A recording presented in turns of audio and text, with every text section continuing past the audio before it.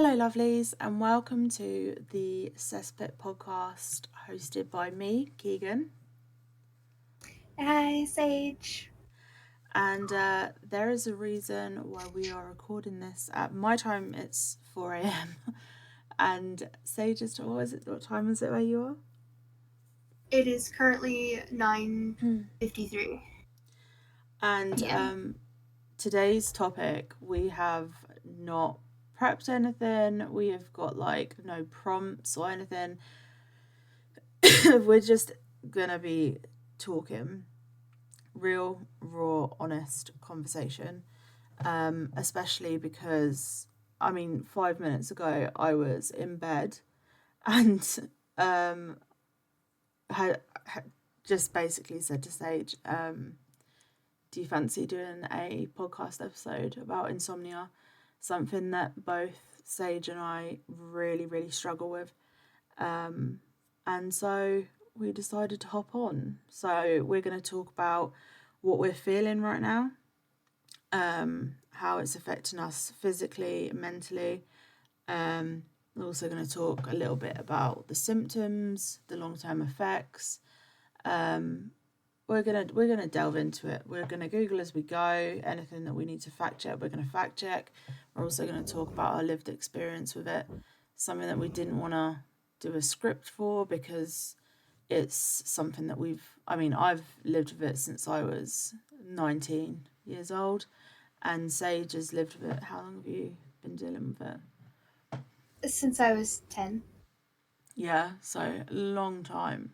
Like this is definitely long term insomnia, and so let's just start off with kind of giving you just a quick rundown of the definition.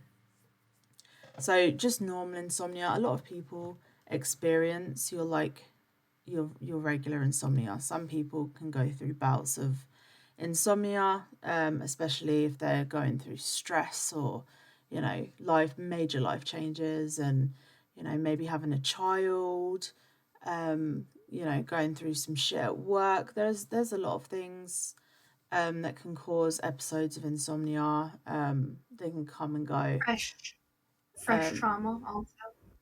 Yeah, fresh trauma definitely.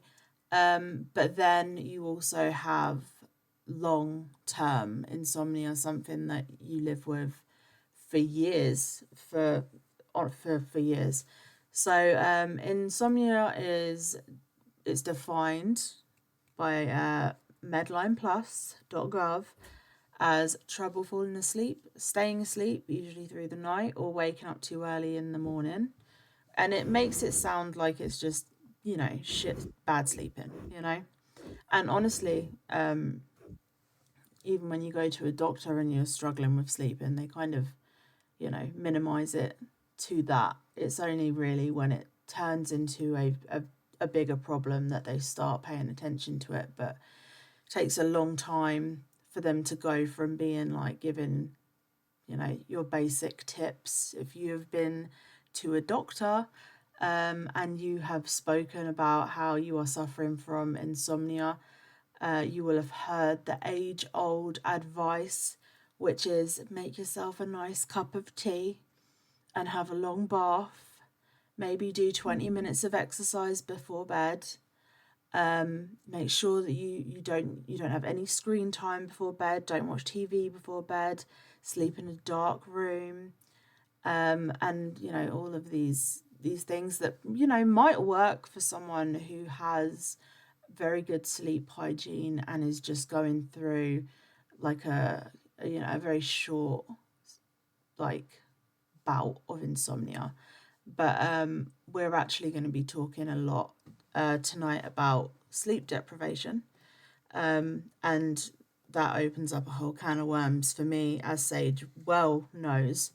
The things that I have been through with sleep deprivation, and nocturnal panic attacks, which can also be linked very heavily with insomnia.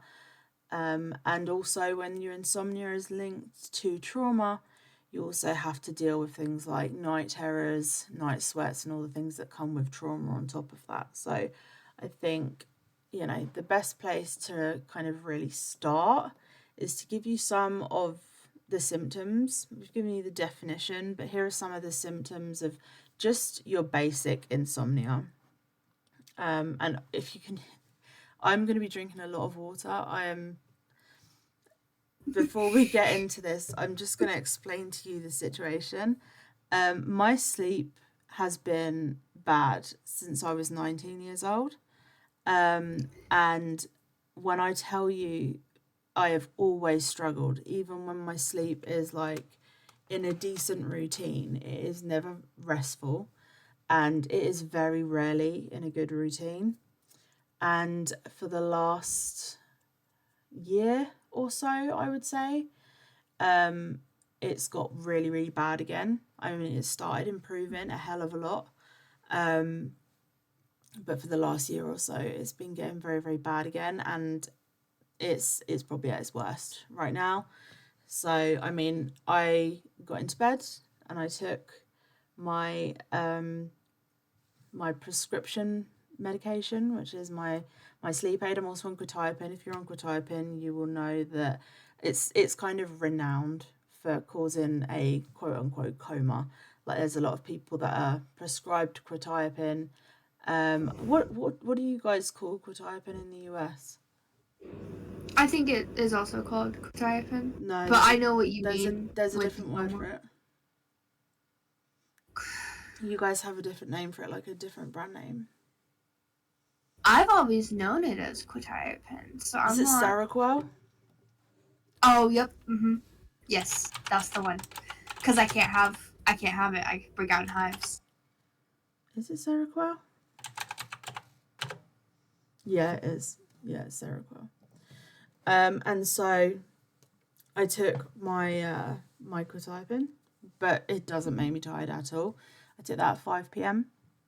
and then got into bed, started reading, took my sleeping tablet, which is Zopiclone, which doesn't really do much for me, honestly, and also 50 milligrams of diphenhydramine, which is over-the-counter sleep aid, which I also use on a long-term basis, but it will get to a point where it doesn't really work, and so I will then dose myself off of it, go down to 25 milligrams, and then go and have a few weeks without taking it at all, and then I will then start taking it again once my tolerance has gone back to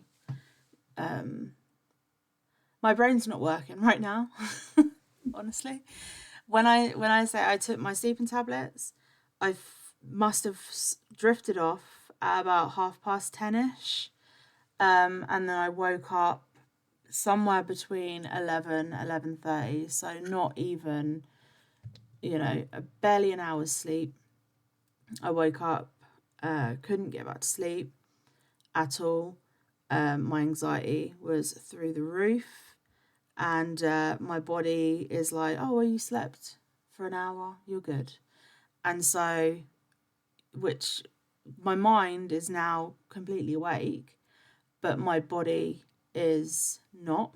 And also my anxiety is through the roof. So right now I'm on like a knife's edge of having a panic attack, and I'm trying to chill, because I've taken my my anxiety meds for the night. There is nothing else I can take without overdosing, and obviously I don't want to go and fall back into old patterns, and so we'll get more into it anyway. But if I sound a little bit knackered or my brain doesn't quite function, that's why.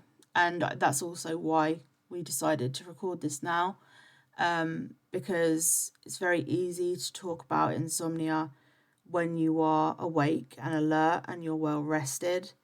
And I want you guys to hear and kind of get an idea of what it is like to be at your worst with insomnia. So We're going to talk about the symptoms, and this is for your basic run of the mill insomnia. A lot of people will have experienced this at some point in their life. It's very, very common. So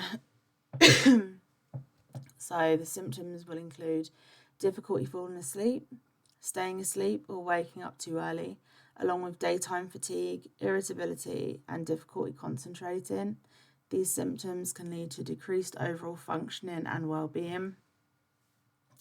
You'll have trouble falling asleep, difficulty getting to sleep, struggling to fall asleep within a reasonable time, often feeling restless or unable to relax, lying awake for long periods, spending a significant amount of time in bed without falling asleep, trouble staying asleep, waking up during the night, experiencing multiple awakenings throughout the night, making it difficult to return to sleep, waking up too early, feeling wide awake and unable to get back to sleep before the desired wake-up time, and the daytime consequences: fatigue and sleepiness, feeling tired or drowsy throughout the day, even after an adequate night's sleep, irritability and mood disturbances,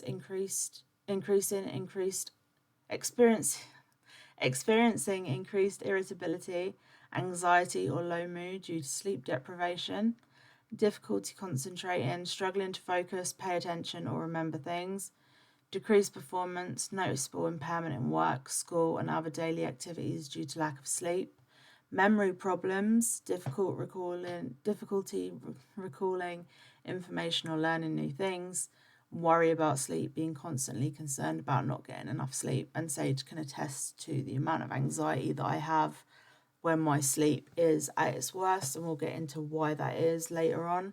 We'll also talk about how it affects us physically and mentally, but we'll get to that.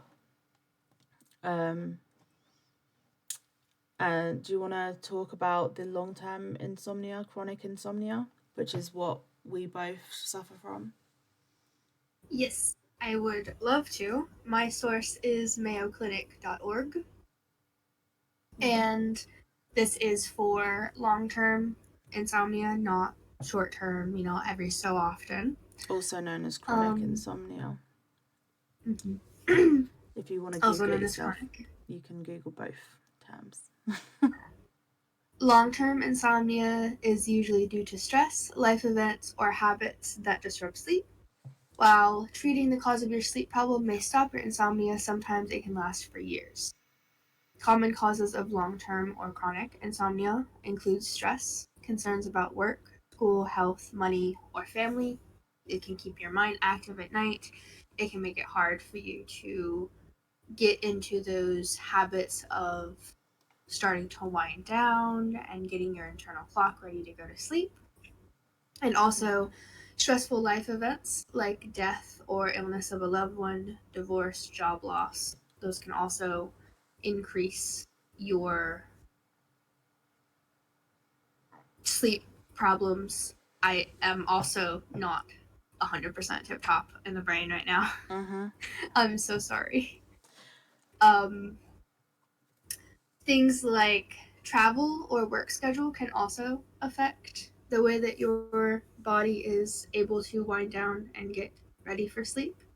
Your body's internal clock, known as circadian rhythm, guides things such as your sleep wake cycle, metabolism, and body temperature. Disrupting these rhythms can lead to insomnia. Causes include feeling jet lag from traveling across multiple time zones, working a late or early shift, or changes in shifts often. You can also have poor sleep habits, which include going to bed and waking up at different times each day, which is a little bit of what you had mentioned in the symptoms. Taking naps, being too active before bedtime, and having a sleep area that is not comfortable. Other poor sleep habits include working, eating, or watching TV while in bed, which you had also mentioned. And being generally just super active before bed can affect your quality of sleep, as well as how long it will take you to get to sleep. So I think what we're mostly going to talk about is, obviously these are the more common reasons for insomnia, but my insomnia and Sage's insomnia is actually a result of trauma. And so we're going to talk about that. We're going to talk about insomnia and CPTSD, insomnia and neurodivergence, and Yeah, then there's a how, lot of over. how the symptoms that we have from PTSD can affect our sleep, but also how our trouble with sleep can also then impact our physical and mental well-being, and it can lead you into a vicious cycle.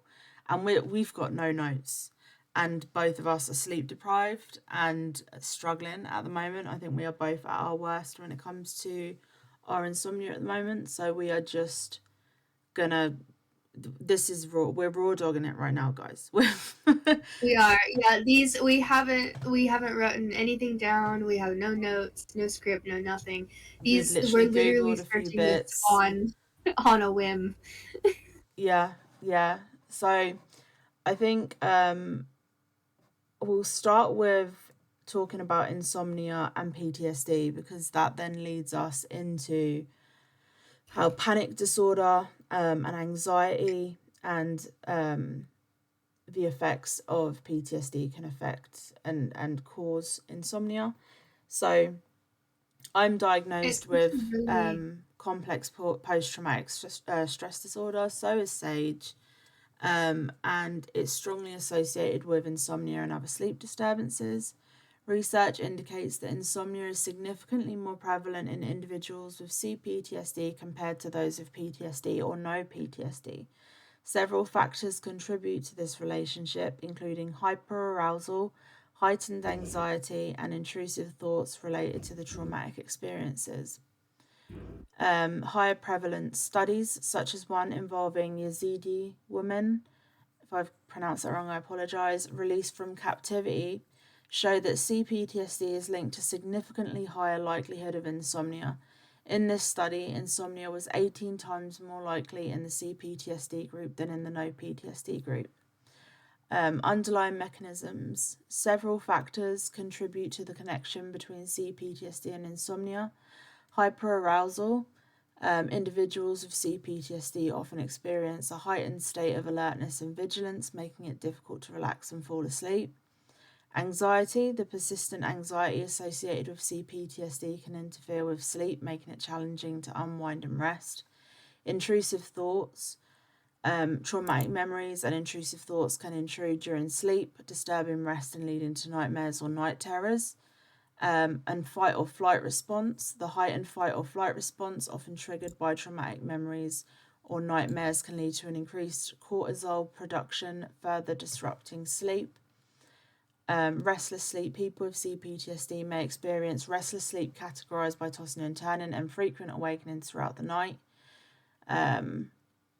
Treatment for CPTSD related insomnia, which I actually have experienced some treatment for my insomnia, but a lot of the therapy that I have had has been trauma based work and has not been it's not been focused on insomnia as such. The psychiatrist that I am with now has said that before we do any more work, he wants to get me into a decent sense of health and well-being, and to do that he wants to target my insomnia. But as you will know, if you're in the UK and you are under the NHS mental health teams, it is just a fucking battle trying to get the help that you need. And it is a long and arduous fucking task. And so far his I mean, he put me on a sleeping tablet that doesn't do shit. I mean, it's a great idea to get someone's sleep health, you know, sorted before you start working with them on the bigger things. Even though I've had years of therapy, I still have years to go. But I don't think over a decade's worth of insomnia is going to be cured by a tablet. So unfortunately, and I have been on a lot of sleeping tablets, let me fucking tell you. So treatment for CPTSD related insomnia may involve cognitive behavioral therapy for insomnia, which helps individuals develop strategies to improve their sleep hygiene and address underlying anxiety and intrusive thoughts. Impact on daily life. Sleep disturbances in CPTSD can significantly impact daily functioning, leading to daytime sleepiness, fatigue, and difficulty concentrating. And I just also want to talk about this before we go any further. So, and this is really important because it is going to feed into both mine and Sage's experiences with insomnia and how it has affected us in the past and how bad it can truly get. So, insomnia has been linked to an increased risk of suicidal ideation and behavior. Studies have shown that individuals with insomnia are more likely to experience suicidal thoughts and attempts compared to those without insomnia. This association is not solely due to the presence of depression, as insomnia can independently predict suicide risk. Research consistently demonstrates a higher prevalence of suicidal ideation and attempts in individuals with insomnia, even when controlling for other factors like depression. Insomnia acts as an independent risk factor for suicide, meaning its impact is not simply a byproduct of depression. The link between insomnia and suicide is complex and may involve factors like sleep deprivation, increased stress, and changes in brain function, potentially leading to suicidal thoughts. Recognizing the connection between insomnia and suicide is crucial for mental health professionals to provide effective treatment and support for individuals experiencing both conditions. Addressing insomnia can potentially reduce suicidal ideation and behaviors. Cognitive behavioral therapy for insomnia has shown promise in alleviating symptoms, insomnia, and reducing suicidal thoughts. After adjusting for confounders, suicide risk in insomnia patients was 3.533-fold that of patients without insomnia. So, Wow, that's a large link between the two. having this is wild. So this is from henryford.com. You can go to henryford.com/insomnia and suicide link. Why insomnia is linked to suicidal thoughts. Having insomnia for even 2 weeks or experiencing lesser self-reported sleep disturbances is also linked to an increased suicide risk. So having insomnia just for 2 weeks can increase your chances of suicidal ideation or suicide attempts. That's how detrimental sleeplessness is. Being exhausted and having racing thoughts and not being able to sleep. It just spikes it up. It's fucking unreal. There's actually a voice note which I'm gonna ask Sage to find. It was sent last year. Obviously, those of you that have been following us know about the stalking situation, and we put on a good front. We really do. The whole unbothered. I'm so fucking unbothered. But it has affected our mental health and well-being and our sleep in ways I can't even explain. And last year, I had a complete breakdown, and I sent Sage a voice note. I was in the middle of having a panic attack. I hadn't been sleeping. I'd been getting maybe 2 hours of sleep a night, and then I would wake up to just more harassment and stalking and posts and bullshit. And I ended up having a fucking complete breakdown. And Sage has a recording of me having that breakdown, which we'll play, a little bit later. But yeah, do you want to talk about the link between insomnia and neurodivergence before we talk about, the more trauma related symptoms and things? Yes. So, as per neurodivergentinsight.com, which I'm not 100% sure on, if, how they are, but, Mm-hmm. um, See what 50 to sources they 80%, they link at the bottom. They'll probably quote their random. sources. Oh, they do, they do. Okay, Okay. cool, cool, cool.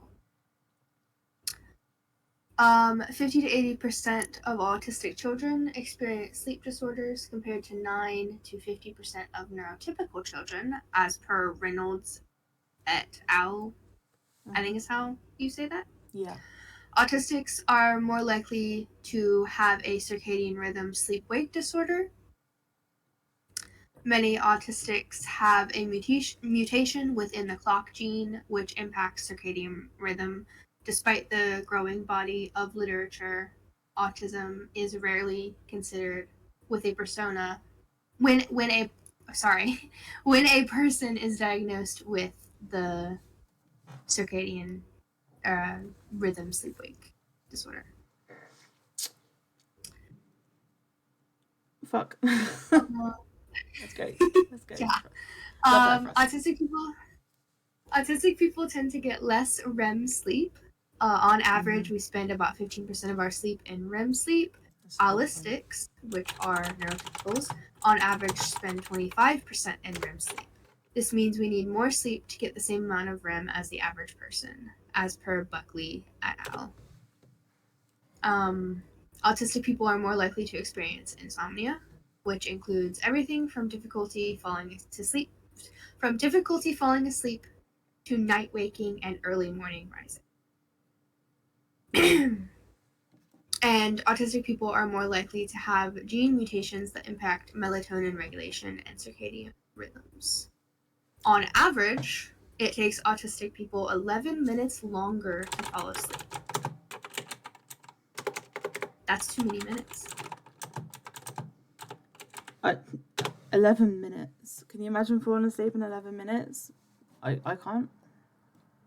Nope, couldn't be me. It takes me like at the least it's like an hour and a half. That's insane. I can't fall asleep naturally. I literally have to just be so exhausted that my body just crashes out.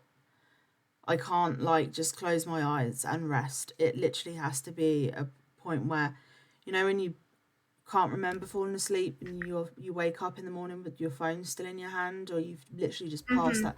That is Oh the yeah. only way I fall asleep. I have to literally get so exhausted that I pass out completely.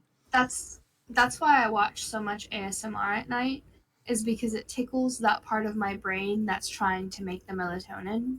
Yeah. But I can't if I don't have ASMR on at night, I'm not sleeping See, though. Like ASMR doesn't work for me. I do have like comfort things that I have on, be it certain channels on the TV because I have to sleep with the TV on. It's something about my trauma. I've had to. I don't know since what happened in 2011 when I was 19.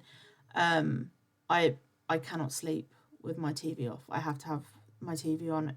It's a weird thing where it's like if the TV's on and the channels are playing, um, somewhere someone is awake in the outside world, you know, and it's like you're safe, everything's fine because the TV is fine. It's very very strange. I also wanted to point this out because I found this really fucking interesting.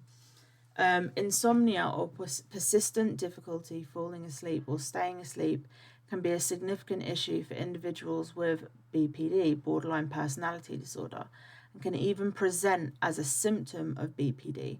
Research has found that BPD patients often report poorer subjective sleep quality and may experience subjective changes in sleep patterns.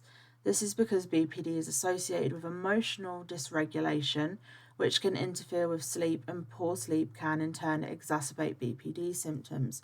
What's also funny is that these these changes with emotional dysregulation that come from insomnia can also be mistaken for a symptom of BPD. It does make you wonder how many people have been diagnosed with BPD when actually their diagnosis is something more like, like CPTSD and insomnia, which causes that emotional dysregulation that is so often mistaken for a mood disorder, you know?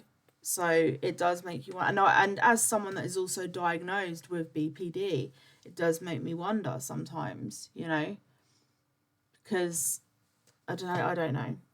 But here's why insomnia can be linked to BPD. And again, emotional dysregulation, characterized by intense and unstable emotions, which can make it difficult to relax and fall asleep. Nighttime thoughts.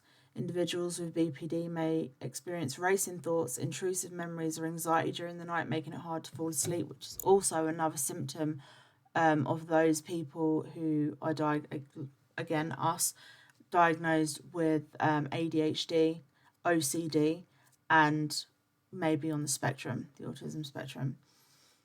Stress and trauma. BPD is often linked to trauma and nightmares, or difficulty regulating emotions can further disrupt sleep. The cycle of sleep deprivation. Chronic sleep deprivation can worsen BPD symptoms like mood swings, impulsivity, and difficulty with emotional regulation. In summary, while insomnia is not a primary diagnostic criteria for BPD, it is a common and significant co-occurring symptom that can impact the overall experience of individuals with this disorder. Addressing sleep problems in BPD can be an important part of a comprehensive treatment plan. How can insomnia impact BPD? Exacerbated symptoms. Sleep deprivation can worsen emotional dysregulation, impulsivity, and other BPD symptoms. Increased suicide risk. Some research suggests a link between insomnia and increased suicidal ideation in individuals with BPD. And those of you that have done your research on BPD or may have that diagnosis will know that it has one of the highest suicide risks of any mental illness. Difficulty with treatment. Poor sleep can make it harder to implement therapeutic skills and follow treatment plans. I can attest to this as someone who has cancelled so many medical appointments and rearranged them because I haven't slept. And I'm expected to, go into an appointment at 2 p.m. and I need my body crashes. It starts crashing at like midday. And I'm like, I physically can't move. I can't get out of bed. And also, I also have chronic illness, chronic pain, which I'll get into. And that is exacerbated so much by a lack of sleep. The exhaustion is unreal. And I'm going to talk a little bit about that later on as well, because I had an interesting conversation with my aunt. I'm sorry, my mouth is so dry. It is 4:30 in the morning and my body is just depleted.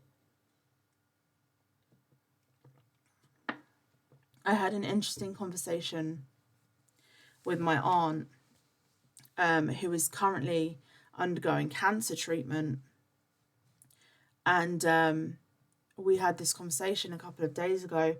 She popped by, and one of the side effects of the treatment that she's having is very similar to what it is like living with Crohn's. Obviously, if you can look up Crohn's, you can look up the symptoms.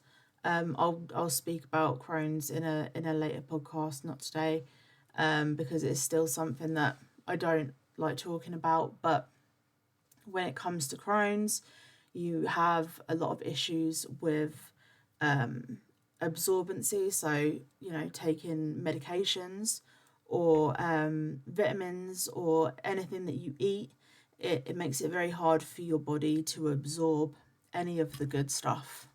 So you end up with Sage can attest to this as well.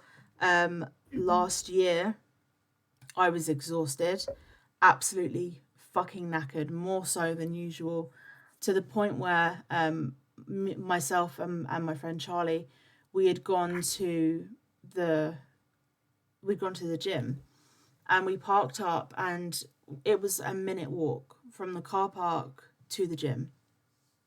By the time we had got to the gym, I was absolutely exhausted. I couldn't breathe. I felt like I was going to pass out. My heart was pounding. This 1 minute walk. And then I went on to do a session in the gym. And I came out, and then I just remember I couldn't move for like a week after. And I have to have routine blood work done, especially with the medications that I'm on. And so the woman that does my medical came round, and she took my blood, and I got a phone call from the hospital, and they basically said you need to come in by Friday. And this was like Monday morning. She called me Monday morning, the second they opened. And she called me and she said, you need to come in by Friday. And I'm like, okay, why? Because the only time I've ever been rushed that fast into an appointment was when I had my cancer scare. And so she said, you need to come in by Friday. And I said, why? And I thought, I'm fucking dying. Like, she said, your iron levels are so low that we don't know how the fuck you're walking around.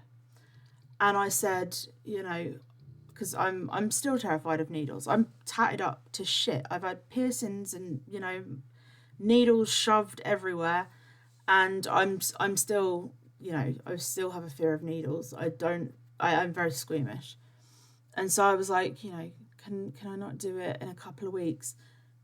She said, you won't be here in a couple of weeks. She said, if you don't come by Friday, then we will be sending an ambulance to your house on Saturday to come and pick you up, and you will need to have a blood transfusion, because they needed to get me in by Friday so I could have an iron infusion. And if I didn't get that iron infusion, she basically said, if you don't come in by Friday and get this iron infusion, then you will be coming into the fucking hospital in an ambulance to have a blood transfusion. And that scared the shit out of me. But it explained why I was so fucking tired, and why I was, passing out all the time, and why I had no energy. And honestly, I do need to have a blood test to check my levels again, because, like I said, when it comes to Crohn's, absorbency is fucking non-existent. Basically, it's not like that for everyone, but for the majority of people that deal with UC or Crohn's. UC is ulcerative colitis, or Crohn's. Absorbency is really, really fucking hard. It's just non-existent. And so it didn't matter what I was eating. It didn't matter that I was taking iron prescribed as well, not over the counter iron vitamin tablets, actual prescribed high dose ferrous fumarate from my GP iron tablets. It didn't matter that I was taking those. My body was not absorbing them at all. My body wasn't absorbing fuck all. So my B12 was on the floor. My iron levels, she basically said, I don't know how the fuck you've been walking around. I don't know how you've been walking around. I don't know how you're not dead. And then that so that happened. It's gotta be out of spite by this point. Exactly. I'm just living through spite and the occasional drink.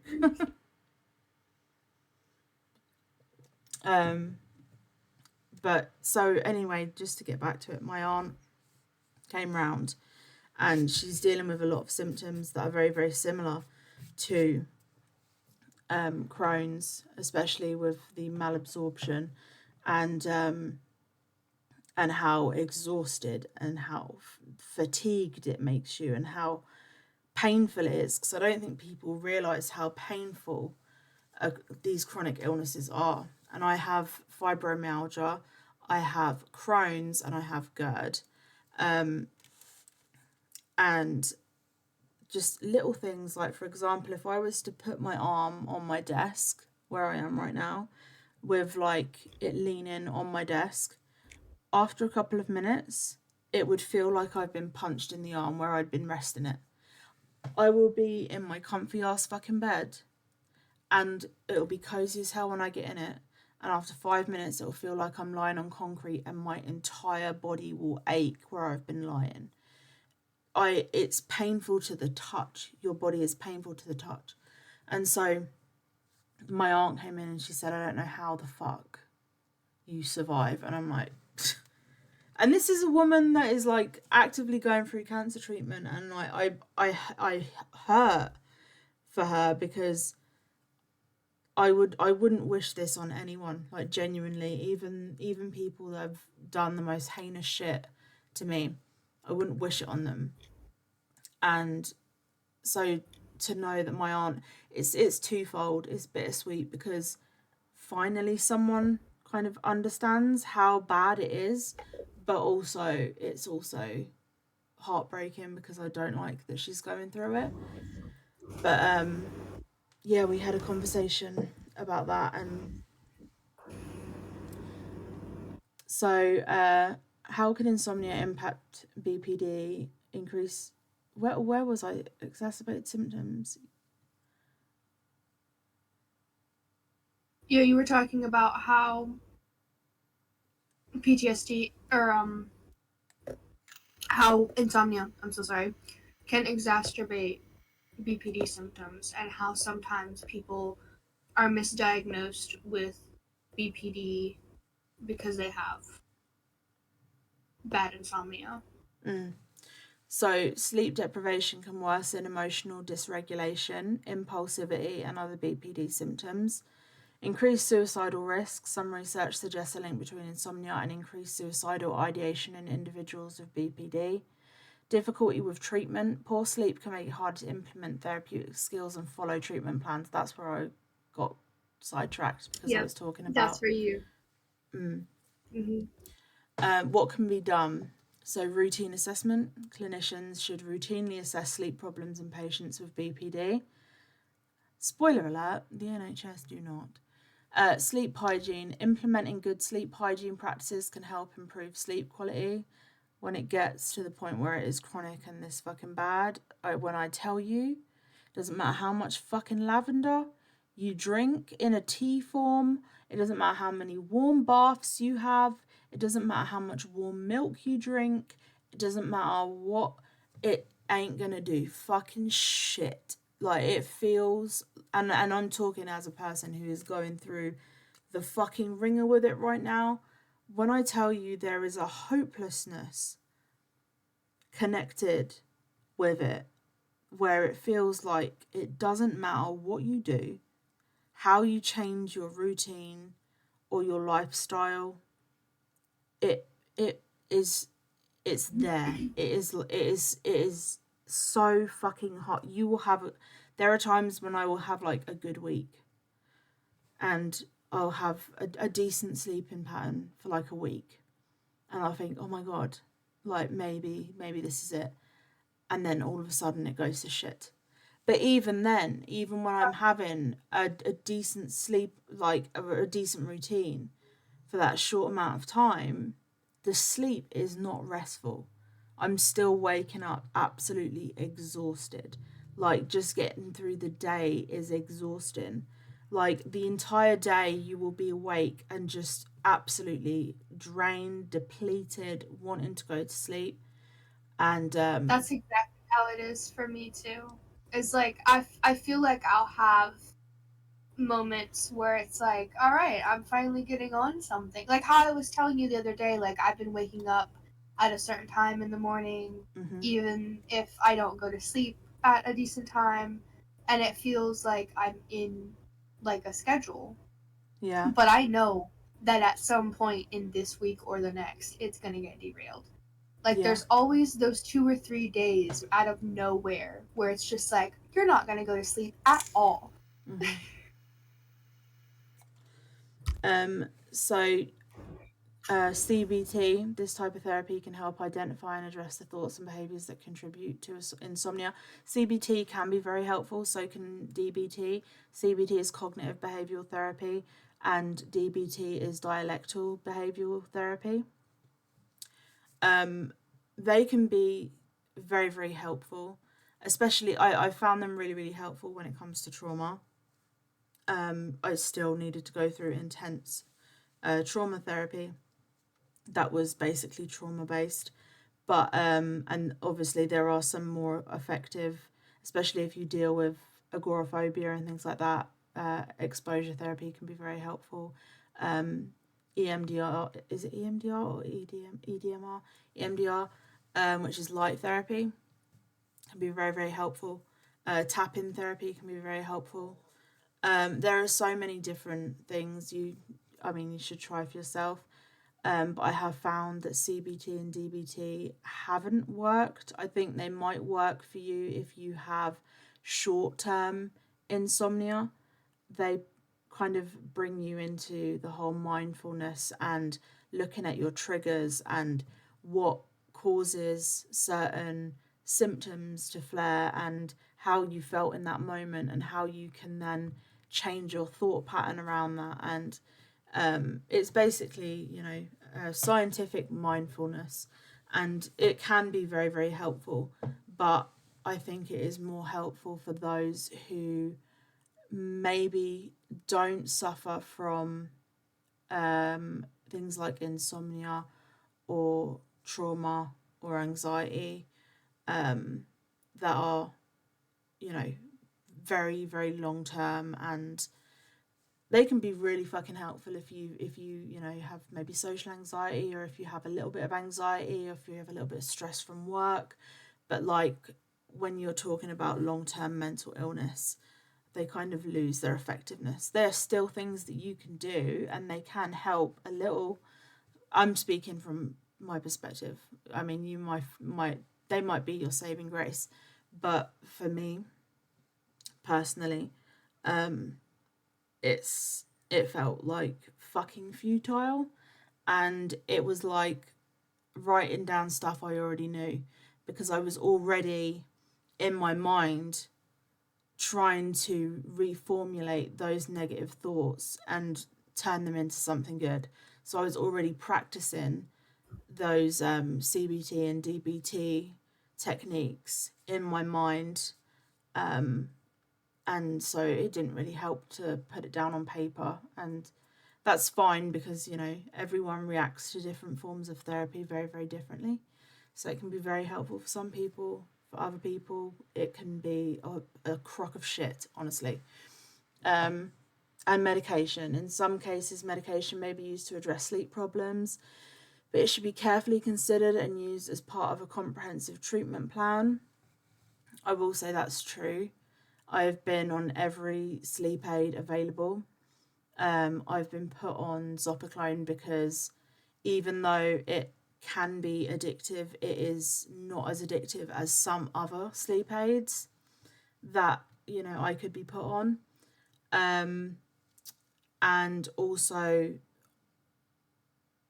my insomnia was one of the reasons that I fell so deeply into my addiction with benzodiazepines, because when I don't sleep for a long period of time, which is all the fucking time, my anxiety levels go through the roof. And even if there is nothing going on and I am relaxed and comfortable and there is something on the TV that is calming and I, feel safe and relaxed, there is still an anxiety in my chest. It's like a strange vibration. I don't know how else to put it. It's like a tremor almost, like that just sits in the very center of your chest. And the only thing that I could find that would calm that was benzos. And so to find any form of peace, I ended up abusing the shit out of it. I ended up abusing the shit out of a lot of different medications, and didn't work out for me. very well. But medication can help, but you do eventually build up a tolerance. So if you are dealing with long-term insomnia or chronic insomnia, it's kind of like slapping a band-aid on a shotgun wound.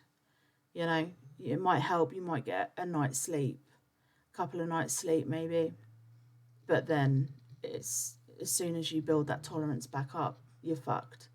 As soon as your body learns how to fight it, especially if you're in fight or flight a lot before you go to bed, which I am. I can't speak for Sage, but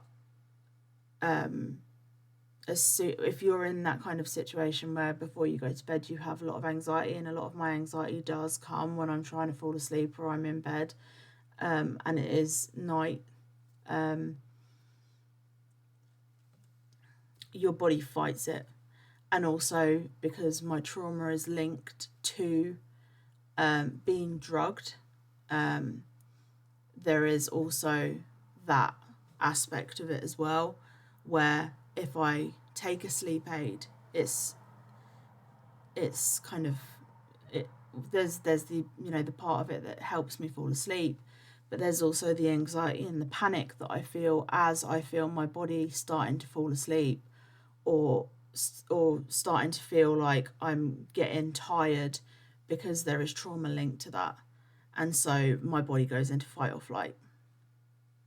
So up to 63% of BPD patients experience chronic insomnia symptoms, and associations with insomnia are as strong as in disorders that are more commonly linked to insomnia, or unlike BPD have insomnia-related diagnostic criteria such as generalized anxiety disorder, depression, and post-traumatic stress disorder. Do you want to talk about insomnia and how it affects REM sleep? Also, I'd just like to note that it is sunshine outside right now. I don't know if I have a tab on REM specifically at the moment. Okay. What do you have open? I have comorbidity. Is that how you say it? Comorbidity. Mm-hmm. Comorbidity with OCD, and then I also have some studies as well. Okay. Whatever you choose.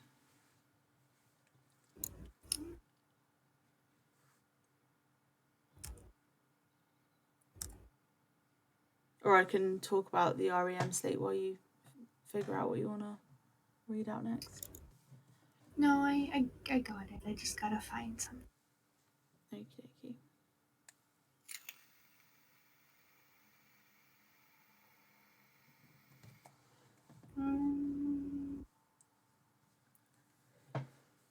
Oh, that's one that you've already read. I'll read this while you look. So it's associated with disruptions in REM, which is rapid eye movement sleep, potentially leading to an increased subjective experience of wakefulness and a reduced amount of REM sleep. The relationship between insomnia and REM sleep can be complex, with potential for both REM sleep disturbances. I'm so fucking. Both REM sleep disturbances as a result of insomnia, and insomnia as a result of REM sleep instability. The REM sleep disturbances in insomnia are micro arousals and wake intrusions. Insomnia patients may experience more micro arousals, brief awakenings, and wake intrusions during REM sleep, which can lead to a perception of disrupted and non-restorative sleep. Increased REM sleep instability. The term REM sleep instability is used to describe a modified quality of REM sleep in insomnia, characterized by a tendency to perceive REM sleep as wake and a potential reduction in REM sleep duration. REM sleep is a highly aroused state. REM sleep is considered the most aroused sleep state, making it particularly vulnerable to fragmentation in individuals with persistent hyperarousal, a common feature of insomnia.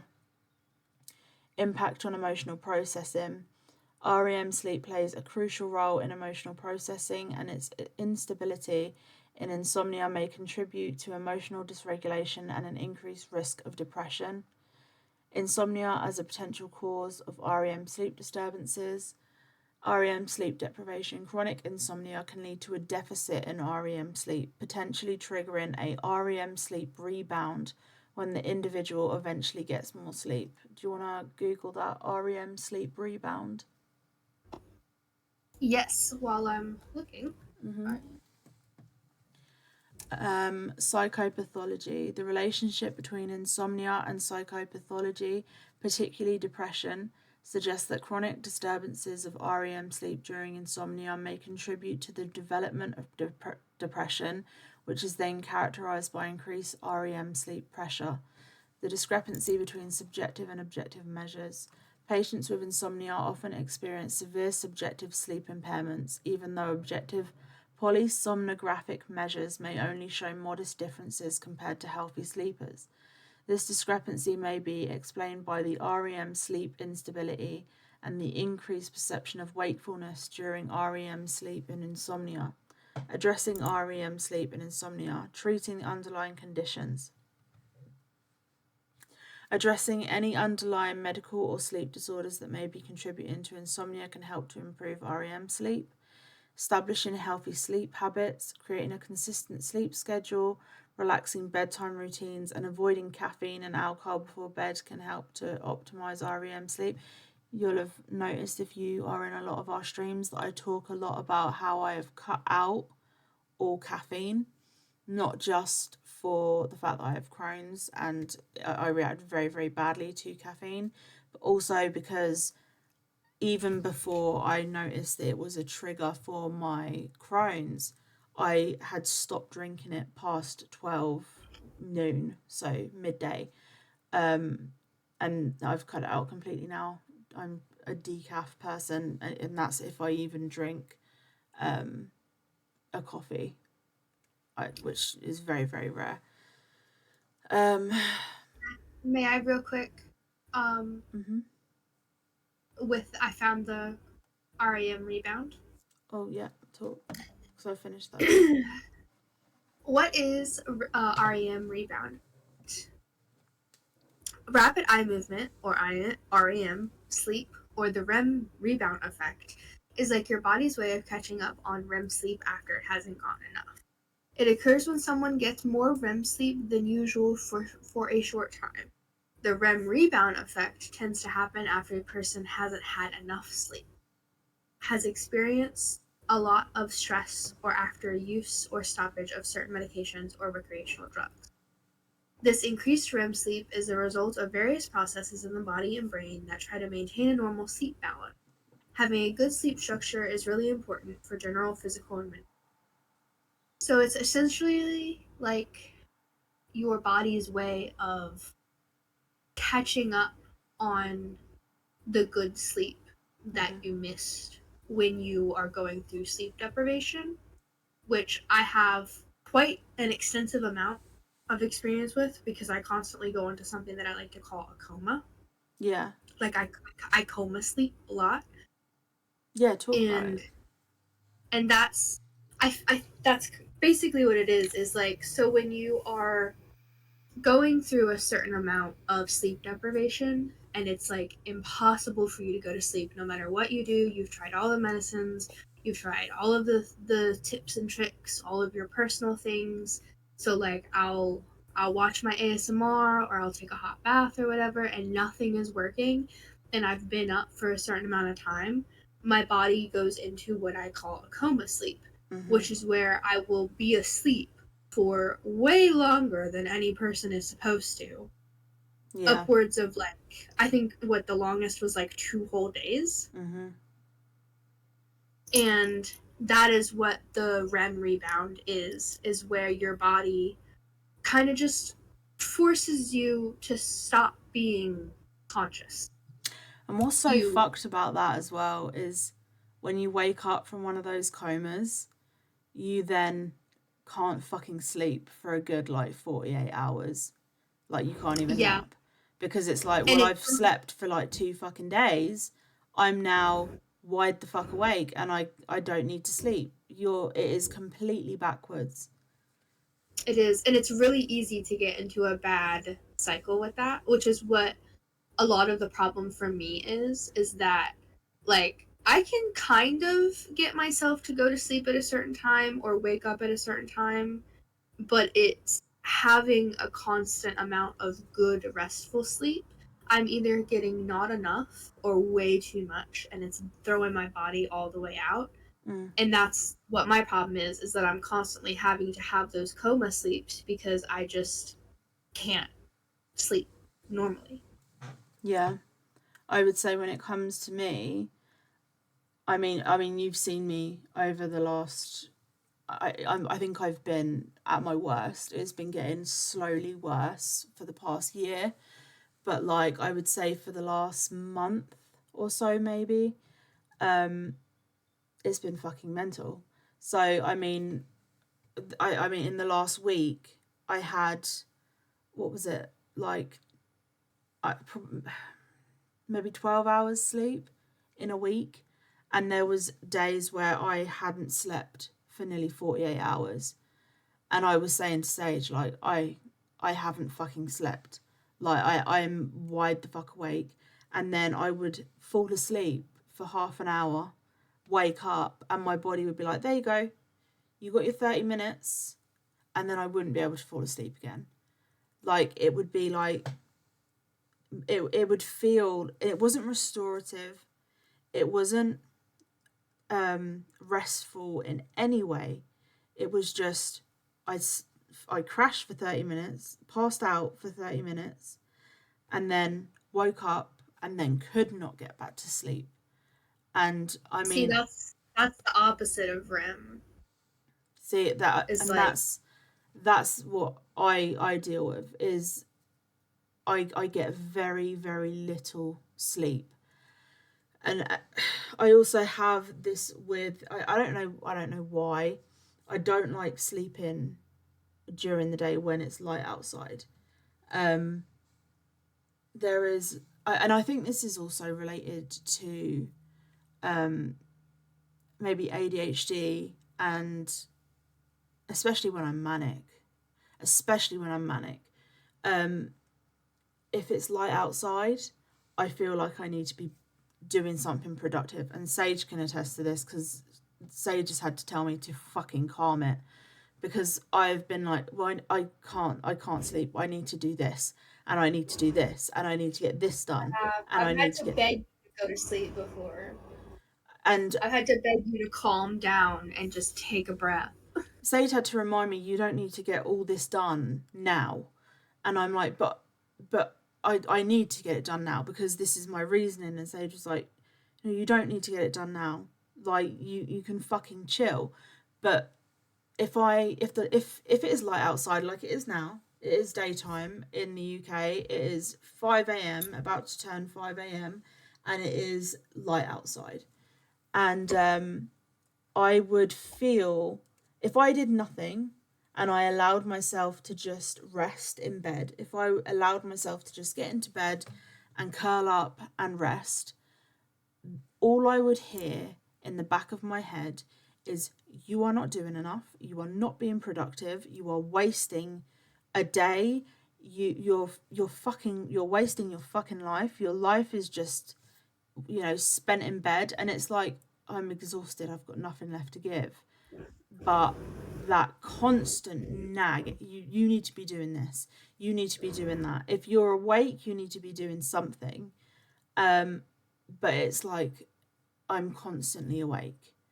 And when I do get that sleep, it is so short and not restorative at all that even when I wake up, I'm just fuck it. There, I have nothing to give, and yet I have so much that I feel that I need to get done, And so there's that part of my brain. I think it is the OCD and the ADHD, and also especially when I'm manic, from the BPD. It is like, get up, do something. You need to be doing this. You need to be doing that. And so I will run myself into the ground, genuinely run myself into the ground, to the point where I will have a breakdown, or I will end up just passing out, or I will make myself sick. And I'm not talking like, feeling a little bit unwell. I will literally have not slept for so long and have pushed my body to the limit of my stomach has, because I also suffer from GERD. I start having a flare up, and when one thing flares up, everything flares up. So my fibro will flare up, which means my GERD will then flare up, which means my Crohn's will flare up. So I've got a stomach full of stomach acid, which is also why my mouth is so fucking dry right now. I will be constantly drinking water because I'm losing so much fluid, and my brain isn't fucking working. It's I mean, it's when my stutter is more prevalent. It's when I find it difficult to explain something that is so simple that I would be able to explain, and if I wasn't in this situation, I would be able to explain so easily, and it's there in my mind, but explaining it is fucking impossible. My dyslexia, oh my fucking god, the amount of words that I fuck up, and I'm like, no, I didn't mean that, I meant this. It's just my entire body fucking starts failing me. Anything that I put on my stomach, like I'll be sick, or I will be extremely fucking nauseous and have to hold it down. I've cut out pretty much all sugary drinks. If I have a sugary drink, it's usually like maybe when I'm streaming, it'll be like, right, I'm gonna have, a can of drink, a can of soda or something, because I need the sugar to be alert and awake enough to actually game. But at the moment, all I'm doing is kind of drinking water, and I end up just ill. I end up so fucking ill. I end up so ill, and that's kind of, that's where I would say that's where I'm at right now. I am probably at my worst right now. We're gonna get into more personal stories about how insomnia has impacted our lives and affected us, and stuff like that. But let's talk about, have we spoken about long-term insomnia symptoms? We have. I was going to ask if I could interject while you were talking about Of course. OCD. Yeah, 100%. Because it's also super comorbid in OCD as well. Is it? Yeah. Investigators at Stanford University and the University of California collaborated in December of 2023, and they did studies evaluating sleep in people that had OCD. They did a total of 17 studies, and of 9 of them were pediatric OCD, and 8 of them were adults with OCD. And it included patient and parent reported questionnaires, sleep diaries, actiography. I don't know how to say that. And Okay. polysomnograph, like those little things that they stick on your head to record brainwaves and stuff. Yeah. And among the children, studies consistently reported a significant relationship between OCD and sleep. Significantly, children with OCD were reported to have higher total Pittsburgh Sleep Quality Index, or PSQI for short, scores than healthy controls in children with severe OCD, and children with severe OCD had higher PSQI scores than those with moderate OCD. Other studies reported that between 68.3% and 92% of children and adolescents with OCD had one or more sleep-related problems. And one of the studies reported that 27.3% of children with OCD had 5 or more problems. The most common problem included trouble sleeping, needing to sleep with another, being overtired, nightmares, obtaining less sleep, sleepwalking, and sleep Fuck, that talking. needing sleep. Do you know that oh my god. Do you know the last night that I had like the best sleep of my life was when I had someone sleep next to me. Mm-hmm.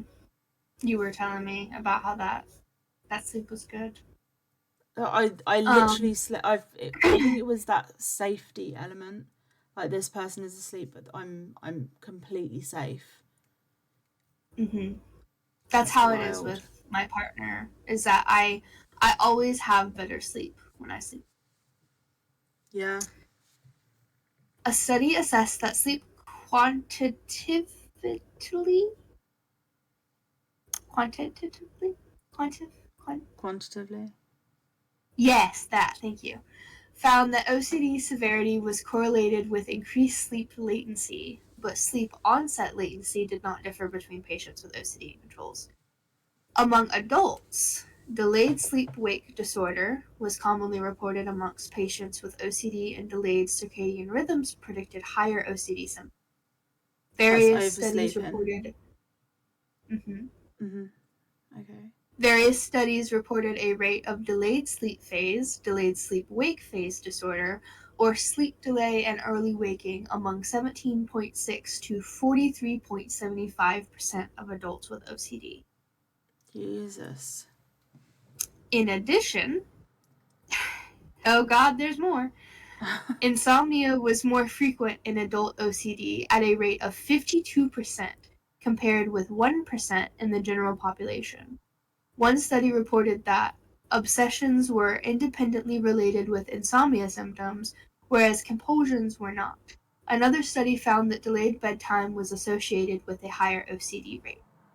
Poor sleep quality was associated with Yeah. severity of OCD, depression, and anxiety. Do you remember, we were literally talking about this the other day, how I was saying that if I go to sleep past a certain amount of time, my anxiety fucking spikes through the roof and I'm like I'm not Mhm. sleeping tonight. Yeah. That's mental.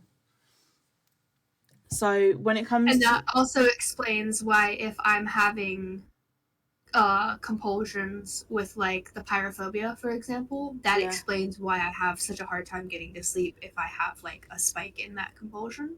that's what I've noticed before I go to bed. So I have it's a very strange thing to explain, so I'm not going to get too far into it. But one of the compulsions that I have that is associated with my OCD is is a it's a routine. So I don't know how to explain this. Maybe if you're neurodivergent, you'll have a better time understanding what the fuck I'm saying. But for a long time, I used to associate my thumbs with my heart because obviously, if you've ever taken a pulse, you know you can't take it with your thumb because you can feel your pulse in your thumb, right? Mm-hmm. Yeah, And and it can so, skew it. yeah, right. And so for the longest time, I always associated thumbs being like a direct link to your heart. I don't, it made sense in my head. And so my one of my strongest compulsions, and this is something that I do whenever I am feeling unsafe, whenever I am weirdly things like when I'm a passenger in a car, when I see someone like an old person walking down the street, when I see someone struggling, when I see something that makes me sad, or when I think about the bad things that could happen to my loved ones, or my animals, or anything like that, like any kind of negative thought or feeling that comes into my body. It's not really a prayer. I've always called it crossing my heart, right? Because obviously I Mm-hmm. associate my thumbs with my heart, and so I will cross my thumbs, um down and then right to left 5 times, and then close my eyes. And I have to close my eyes the entire time I'm doing this. And then hold my thumbs for 5 seconds. And then I cross my thumbs left to right, like as in a cross, like actually crossing my thumbs, but left to right this time. And then the 5 seconds again. If I mess up, I have to rub it out, which is, if you can hear that, which is literally just me kind of rubbing my thumb on my finger to kind of get it off. It makes no sense, but it makes sense to me. And then I have to start again. It makes sense to me. And if I get distracted, I have to do it again. But it does give me peace. It's like, oh, I've done that, they're safe.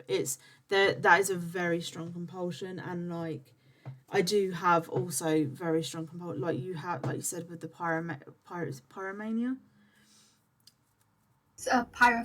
Pyrophobia. So, for example, if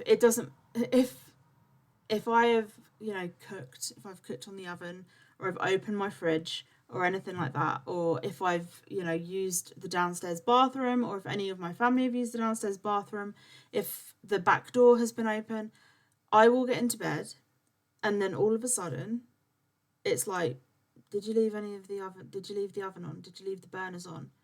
Did you make sure the front door was locked? Did you make sure that the fridge was closed properly? Did you make sure the freezer was closed properly? God, I hate that. The back door, did you check the back door was locked properly? Did you make sure that this was turned off? Did you make sure that the wax burner was turned off? And all of a sudden, waits. It always waits until you're ready to go to sleep, too. And every time I check the front door, I have to do this thing where I like kind of jiggle the handle 1, 2, 3 times, right? And I will come down the stairs, I'll do it all. I will check everything's fine. I'll do the door, and then I'll start walking upstairs, and I'm like, did you check the fridge? And so I'll go back and check the fridge. And then I'll come out, and then it'll be like, did you check the freezer? And so I'll go down and I'll check the freezer, and then I'll go back to the stairs. Did you check the oven though?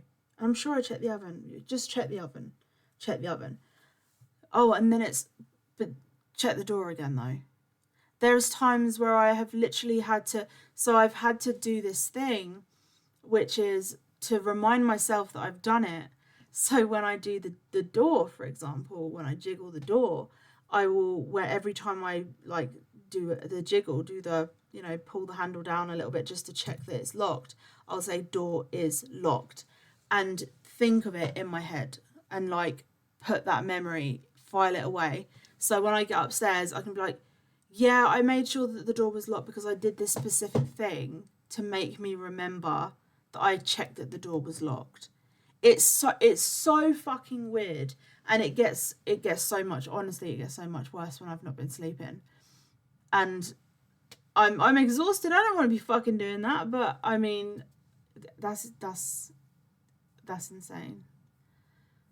I 100% believe that if I had a proper sleep schedule, that my PlayStation making like the loud fan noises wouldn't bother me as much.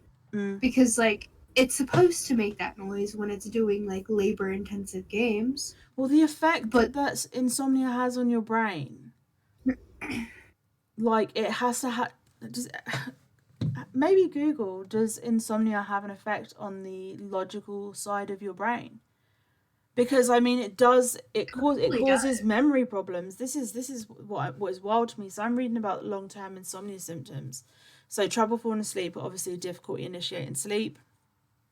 Struggle to get to sleep even when you want to. Lying awake for long periods. You stay awake in bed for 30 minutes or more. 30 minutes or more. It takes me about 6 hours to pass out, and that's if I pass out, which is very, very rarely. Waking up frequently. You wake up during the night and have trouble getting back to sleep. Trouble staying asleep, waking up early. You wake up earlier than desired, can't return to sleep, not feeling refreshed.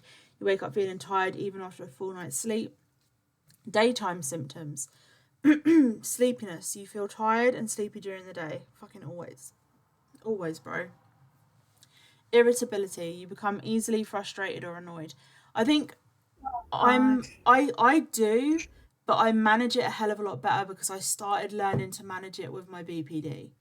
So even when I'm getting really fucking frustrated or annoyed, like I learned how to deal with those feelings from my BPD. So even when I get frustrated, sometimes it'll slip out. Like sometimes I'll be like, I'm fucking done. Do you know what I mean? And I will snap or something, or I will get frustrated or annoyed, and I will be irritable. But like, I very rarely take it out on the people that I love. Like I have to be really fucking pushed until I'm like, do you know what? Like I'm fucking done. So, you No, know. I'm the same way. Like, I try really hard. I try to compartmentalize it before I actually try to, like, go off on somebody because it feels like my cross to bear. Like, I should be able to regulate my emotion, you know? And also I hate the guilt that is associated with it. Like, for example, if I was to snap at a family member, I can't remember the last time I've snapped at a family member because I mean, I like I say, I've been through a fuckload of therapy. And so I think the worst that I was ever, like the nastiest I have ever fucking been is when I was um in the depths of addiction. I was a Mm-hmm. fucking bitch. Like to my family, I was fucking horrible to them. Like that how they lived with me and the fact that they stuck by me. Like I was a fucking terrible human being to them. Like I apologize to them all the time. And they're like, it's fine. It wasn't you. And I'm like, yeah, but the fact that I did that, I have to live with that fucking guilt because I remember saying things that I had said that just came out of the fact that, like, for example, when I was weaning off of diazepam, I gave all of my medication to my nan and my aunt, right? And so every day they would drive. They're not far from me, but they would drive to my house and they would give me my daily dose, which is because I always used to take them before bed because that was when my anxiety was the worst. And so they would give me that diazepam, and I would lie. I would say, well, I lost a few. Can you not give me an extra couple? And they would be like, no. And I would be fucking vile. Fucking vile. I would be so horrible. It took me a long fucking time and a lot of therapy to be able to take accountability for all that and to apologize. But the fucking guilt. And so now, like, I I kind of just go into myself.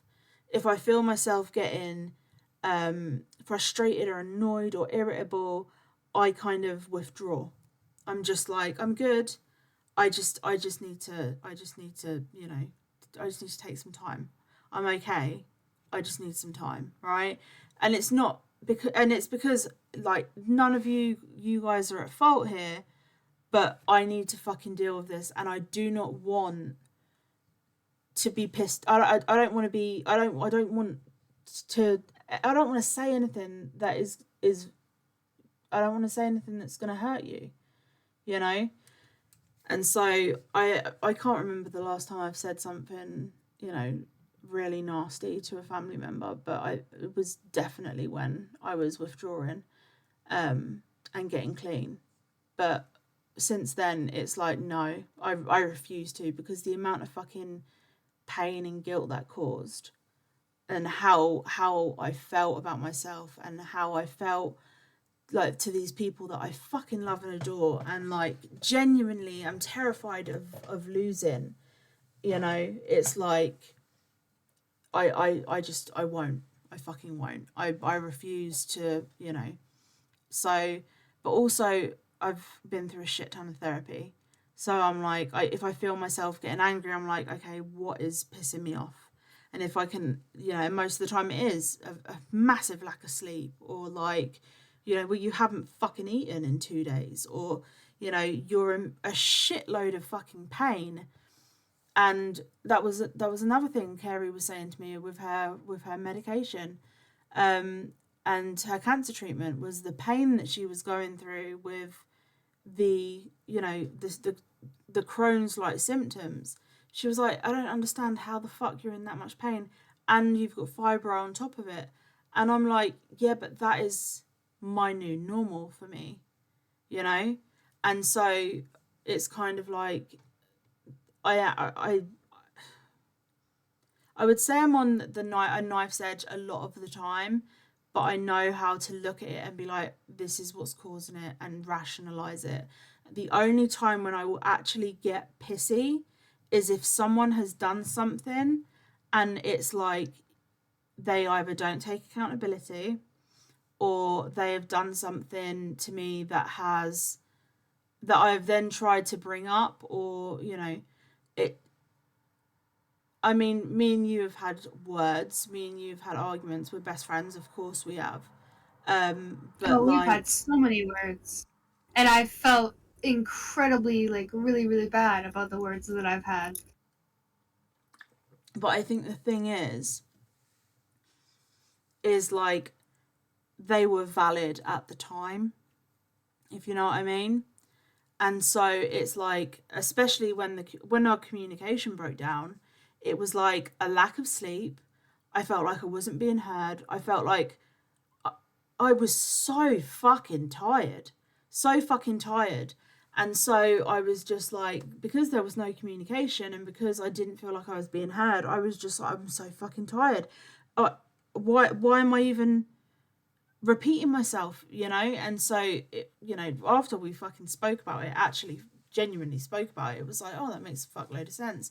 But in that moment, it was just like, it's just easier for me to take myself out of that situation. It's easier for me to remove myself because, then I can't do anything or say anything that is going to be hurtful because that's not what I want to do. But I am going to remove myself from this situation. And I mean, you know, that also plays into, recent situations. I am going to remove myself from this situation because I do not feel valued. I do not feel heard. I have made, how I feel clear very, very many times. Nothing has fucking changed. And so instead of having an argument or having any kind of, you know,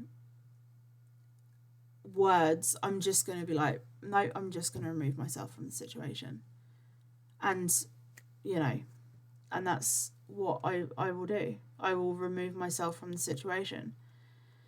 And some And people, like me and I you, we kind will of talk it have, out and we will come to an understanding, and then we'll have an actual conversation about it, and understand where each other was coming from and see what happened. And then other people, it's just like, okay, that's clearly not going to be the case with us because, you know, I've done what is healthiest, that I believe is healthiest for our relationship, and you are treating me in this way, and do you know what I mean? exactly. And also, I I have only a get like that when I'm at my similar thing fucking that I do. lowest. I have a similar thing that I do as well, which is basically at its core also removing myself from the situation, where I just go into like a tiny little ball within myself. Yeah. And but I think it's mostly because I'm afraid of confrontation. It takes a lot of me being upset or annoyed or whatever to come to the point of confrontation because I'm terrified of confrontation. Yeah. And if you I'm the same way. Like if I get the courage to confront you about an issue that I'm having, Mhm. and you meet me with nothing but immaturity and lack of accountability and all of this, that, and the other, and you're not willing to actually work through the problem, Mhm. then what is the point? Yeah. You And know? also, I think if you take our recent argument for example, we were both at our fucking worst, completely at our fucking worst, like sleep wise, like just mental health wise, with everything that's going on with the stalker situation, just genuinely just in a bad fucking place. And then, you know, it was literally like, we need to talk about this. And it was like, well, I feel like this is an attack. And it was like, well, this isn't a fucking attack. I'm just saying we need to fucking talk about this. And so you went into your ball, and I was like, can you just fucking please talk to me about this? And our communication, I think, had broken down to such a point because I think we got to the point where it was like we had closed off, not just from each other, but from fucking everyone, except for maybe you and Mm-hmm. Cinder. But like, for example, when it came to me, I wasn't having these open conversations. I wasn't open with anyone else. I wasn't open with my family. I wasn't open with anyone. It was just like, I am going to fucking deal with this on my own because I have always dealt with everything on my own and I can't let myself down. So I'm just, and so it came to the point where our communication had completely broken down.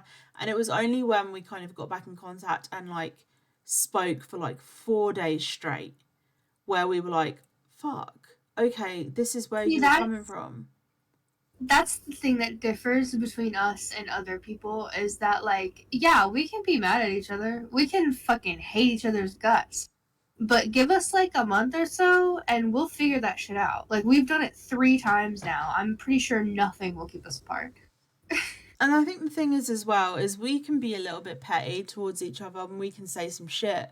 But the second we sort shit out, we're like, I said this, and you're like, I said this, and I'm like, and it's kind of And like I still feel bad. I still feel bad about things that I said during the same. Lyron files.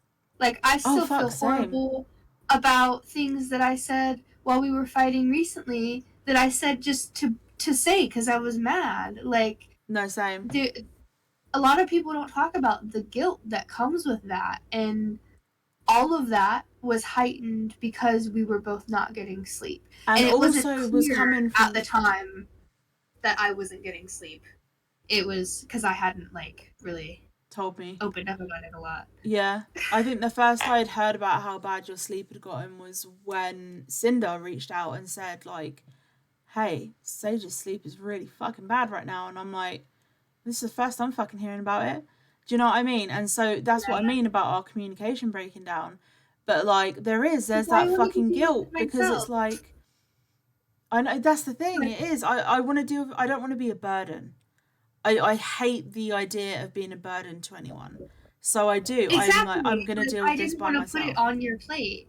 Like, you And I didn't you want to already put it. had Yeah. so much going on. And I didn't want to put it on yours. And I think that's the thing as well. It's like there is that guilt there, but also there's a lot of hurt and pain and love as well, which is why some of the most recent things hurt so much because it's like there was genuine fucking love there. And it's like, and trust and honesty and openness. And then to have, you know, the the situation and the communication break down in that situation, but also to like instead of having it met with like a mutual respect where it's like, all right, yeah, okay, I might bitch about you to like my a close friend or something like that. Instead it's like I'm gonna make these little fucking jabs at you for no fucking reason. I'm just gonna Yeah. post about you constantly. I'm just gonna bitch about you.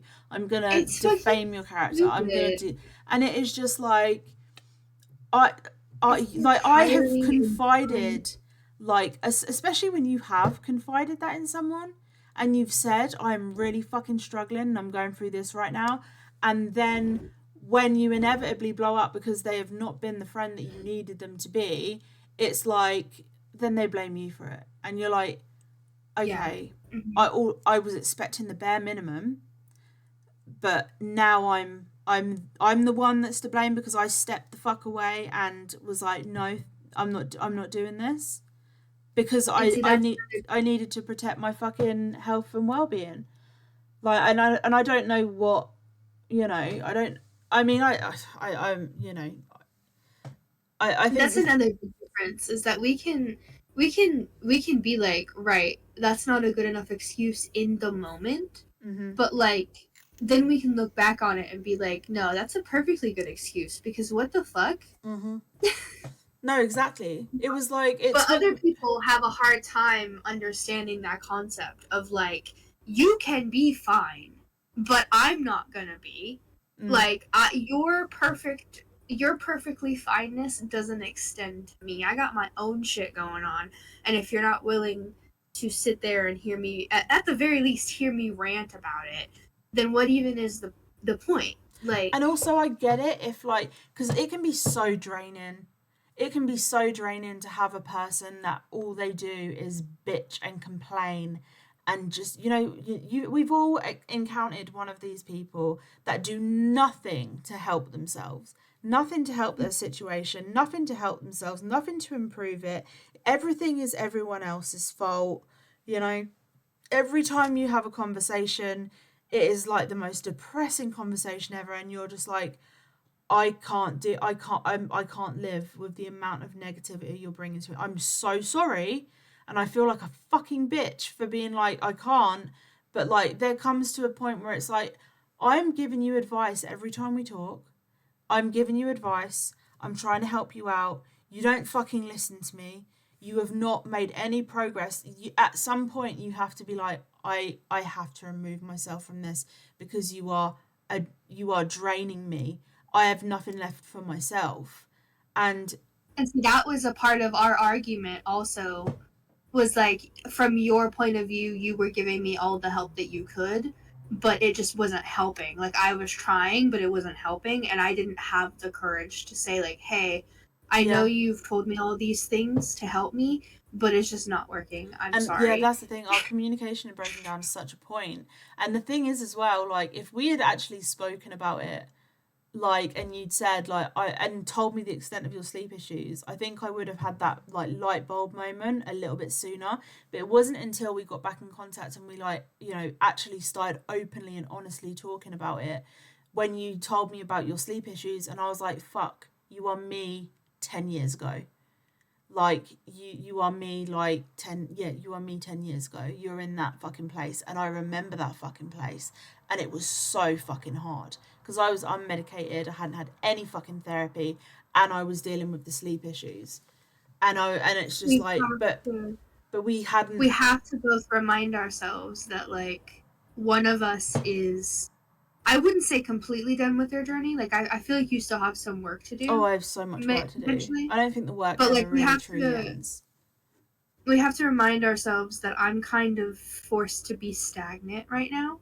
Mm, And that makes it even harder because all I want to do right now with my mental health is get help. I want to go on meds. I want to have therapy. I want to start fixing my shit. But I'm forced to be stagnant right now. And yeah, I think that neither one of us actually like considered that we weren't talking in the about it. I think that's the thing. Like, and it kind of got frustrating because we weren't talking about it, and like you would say I'm struggling with this, and I'm like, you need to do this, and you'd be like, yeah, but I can't, and I'm like, yeah, but you need this. If you want anything to change, you need to do this. But there was no kind of communication, so it kind of just, I think that was it was definitely the breakdown in communication, and also the exhaustion. You've got two people that aren't fucking sleeping, that are struggling massively, and then you've got we're internalizing everything because we don't want to be a fucking burden to anyone, and we don't want to snap, so we're like, okay, this conversation may be a little bit triggering to me, so I'm just going to close myself off. And eventually the communication just broke the fuck down, and that was when we started having problems.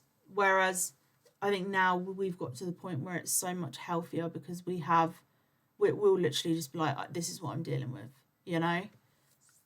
Yeah, we've talked about it. We're working on like the transparency and talking about it version of a safe word. Mm-hmm. We're working on things on a much deeper level to where we can kind of like safeguard from that happening again.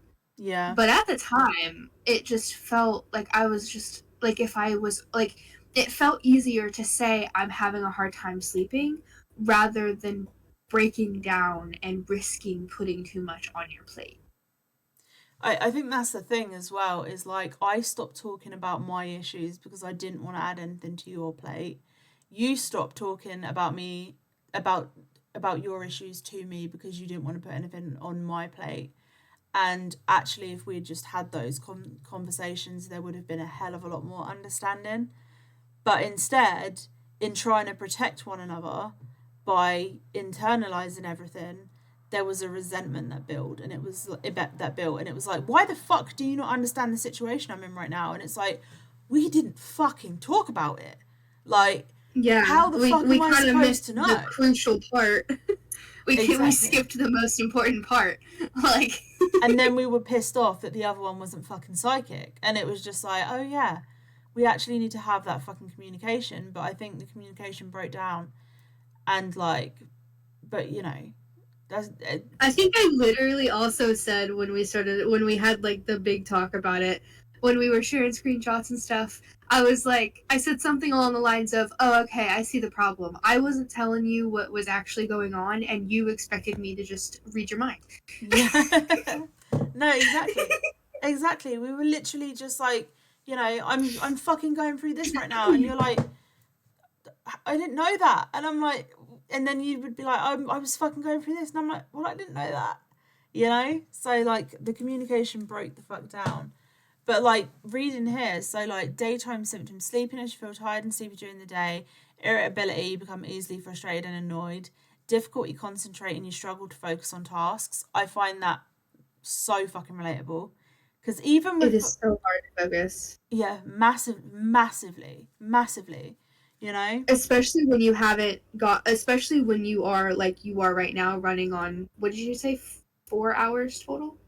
No, I think I've had 12 hours in the last week, maybe more, Yeah, running maybe on longer. such low like sleep levels, focusing is gonna be a fucking nightmare the rest of this week.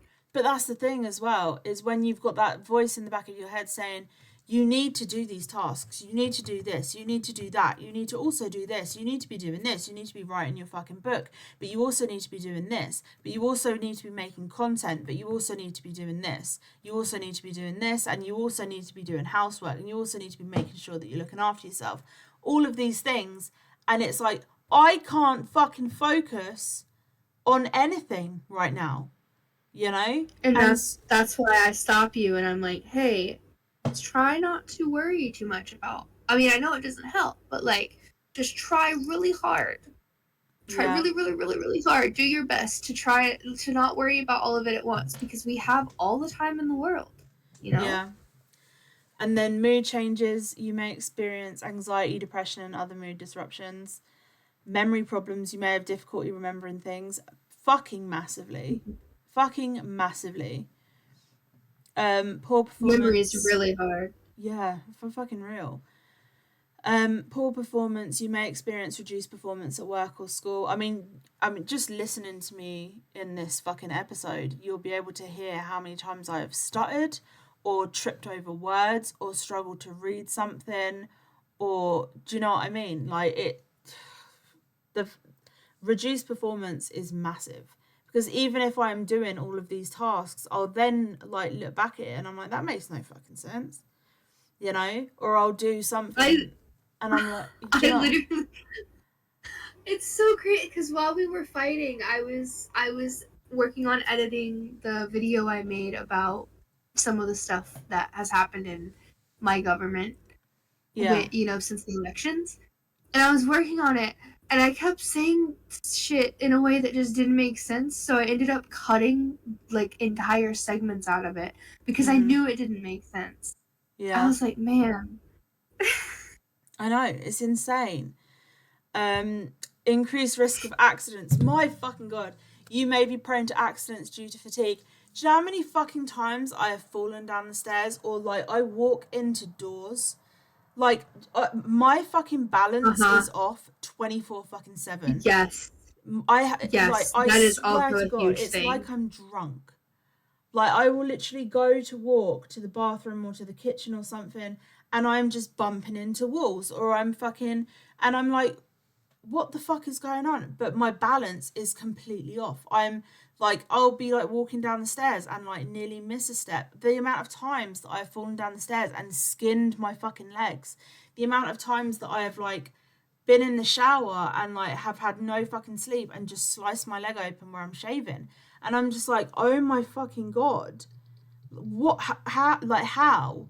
Like, and the amount of bruises that I constantly have, because I'm Oh my god, constantly the knocking into, bruises. yeah, I'm knocking into I was things. literally about to say, I've got so many bruises just cropping up everywhere, and I keep having to remind myself that I'm knocking into fucking doorways. Mm-hmm. I'll have a massive bruise come up and I'm like, where the fuck? And then I'm like, oh, well, I probably just fucking knocked into something. And I swear to God, I'm so clumsy all the fucking time. Excessive daytime worry about sleep. You spend a significant amount of time worrying about not getting enough sleep. Yeah, fucking constantly. Like right now. right now it is 5:30 in the morning, and all I'm thinking about is, do I nap? I'm not going to be able to nap. I know I'm not going to be able to nap because I'm too anxious. Okay, so I can't nap. All right, so I need to calculate how many hours I need to wait until it gets dark in the UK, which is like 8 p.m.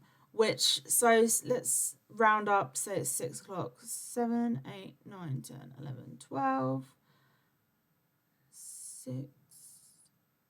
I have to be awake for 18 hours.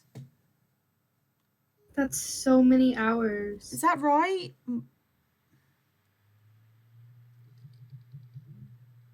18 hours? Yeah, that's about 8 o'clock, right? I believe Hey Siri, so. what time will it be in 18 hours?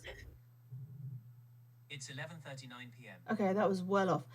Hey Wow, Siri, that's how quite a many bit. hours away is 8 p.m.? It's 14 hours and 21 minutes until then. 14 hours. I have to be awake 14. and find something to occupy my mind with and try and stay awake. And in that time, I will be too nauseous to eat. Like, too nauseous to fucking eat. My entire body will be in pain. I can't focus on shit. So for the next like 15 hours or so, I need to try and occupy myself. But I have no energy to fucking do anything.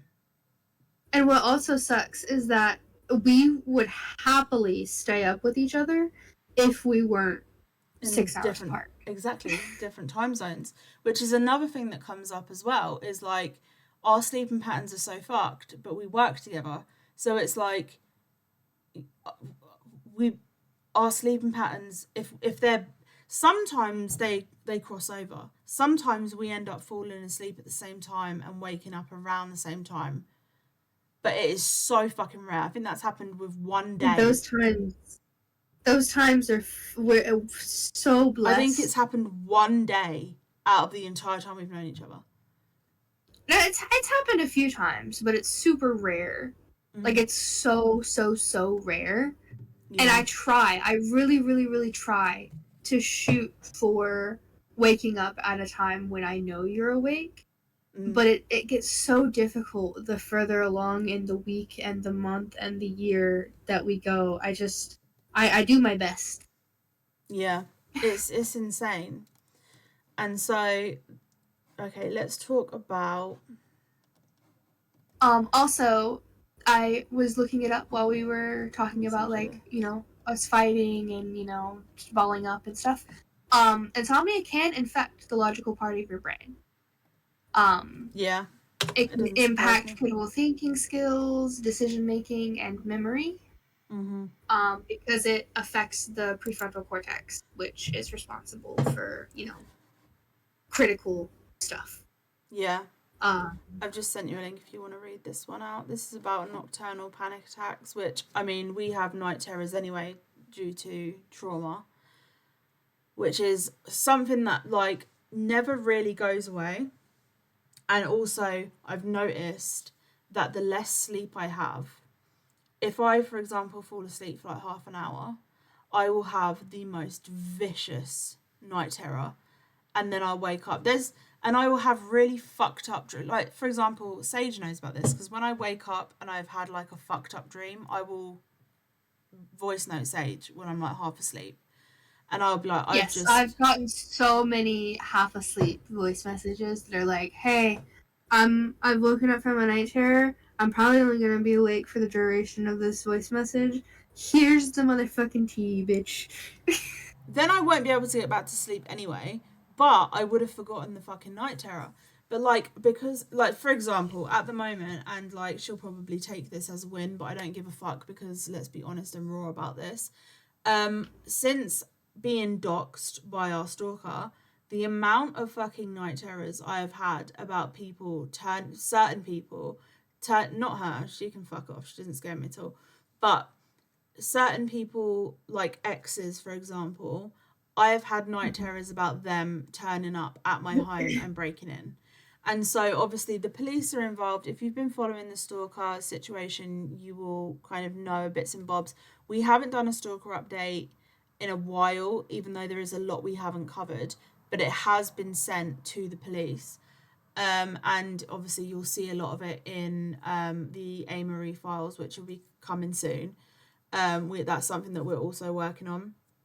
But we are working on it, but we're working on it on our own time. So yeah, exactly. We are not fucking rushing it'll it. come There is out. so It'll come much. out when it comes out. Yeah, there is so much. So we are working on it to make sure that it is the best that it can be, and you know that it is also not taking a toll on our mental health and well-being. But I also really quick would like to interject before you continue that I am having, just for a different insight with the lack of sleep, I'm having more flashbacks since being doxxed about yeah, Devin specifically, yeah, and it in turn is causing me to have more night terrors. So it's still like the insomnia is causing it, but it's going more like a roundabout, the long way, kind yeah. of. And don't get me wrong, the police have been fucking brilliant, because the second that I told them and showed them that I had been doxxed, and I'm not talking about like, oh, she posted like what town she lived in, she posted my full fucking address. She posted full address, fucking street name, zip code, the whole thing. And so when I told the police about this, they straight away was like, do you want us to relocate you again? And I was like, I don't know. And so that is something that me and Sage are still talking about, because Sage has been in talks. We're not going to be saying where, but we have been debating both moving. Sage in with their partner and myself into the middle of fucking nowhere. And luckily the police have been. It was the first thing that she said to me. As soon as I reported it and she read the case file and she had a look at it and then she saw the post, she was like, "We can relocate you again." And I was just like, "You need to give me some time to think about that," you know. And because so, it has become more dangerous. Like, it was dangerous before with all the threats of violence and bodily harm and assaulting, but now who knows who she's given our addresses? Like, it's become super dangerous.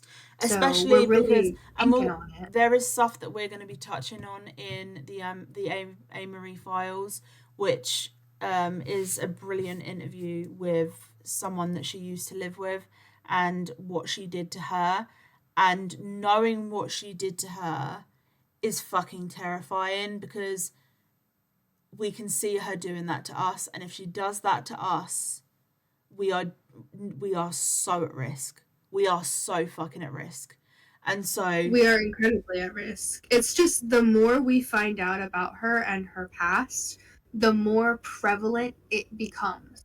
yeah. Or I guess the clearer is a better word. The clearer it becomes that she is a genuine threat to Yeah. our safety. And so that's the conversation I've been having with just I mean, I'm you guys know me, you know, I'm ACAB all the way. And I have had some very negative experiences with my local police department, but especially with negligence. But they are taking this extremely fucking seriously. And so the conversations that I'm having at the moment, it's just obviously passing information back and forth, evidence passed back and forth, and basically need to make the decision whether I want to move basically to the middle of nowhere. And so, you know, I've seen some options. It will be in the middle of nowhere. It'll be further away from family, but I mean, I think I just need to kind of weigh my options, but that is an option. So if my safety is at risk, then that is something that me and Sage will be doing. I think we're just looking into it at the moment and just making that decision for ourselves and where we want to be. Yeah, we're kind of just looking and keeping mental notes and keeping each other updated as we decide. Because it could very well be a matter of her either coming to our houses herself or sending somebody to harm us on her behalf. Yeah. Which she has talked about doing on publicly online. She has talked about sending people to our addresses. And So sending we our have addresses to credible. people. Yeah. Yes, So we have credible reason to be worried. yeah. So we'll be covering that more in the docuseries. It's dark. Shit got fucking dark, and we are just, like I said, everything is being documented, and I'm in constant contact with this police officer who is, she's on the fucking ball. She is fucking brilliant.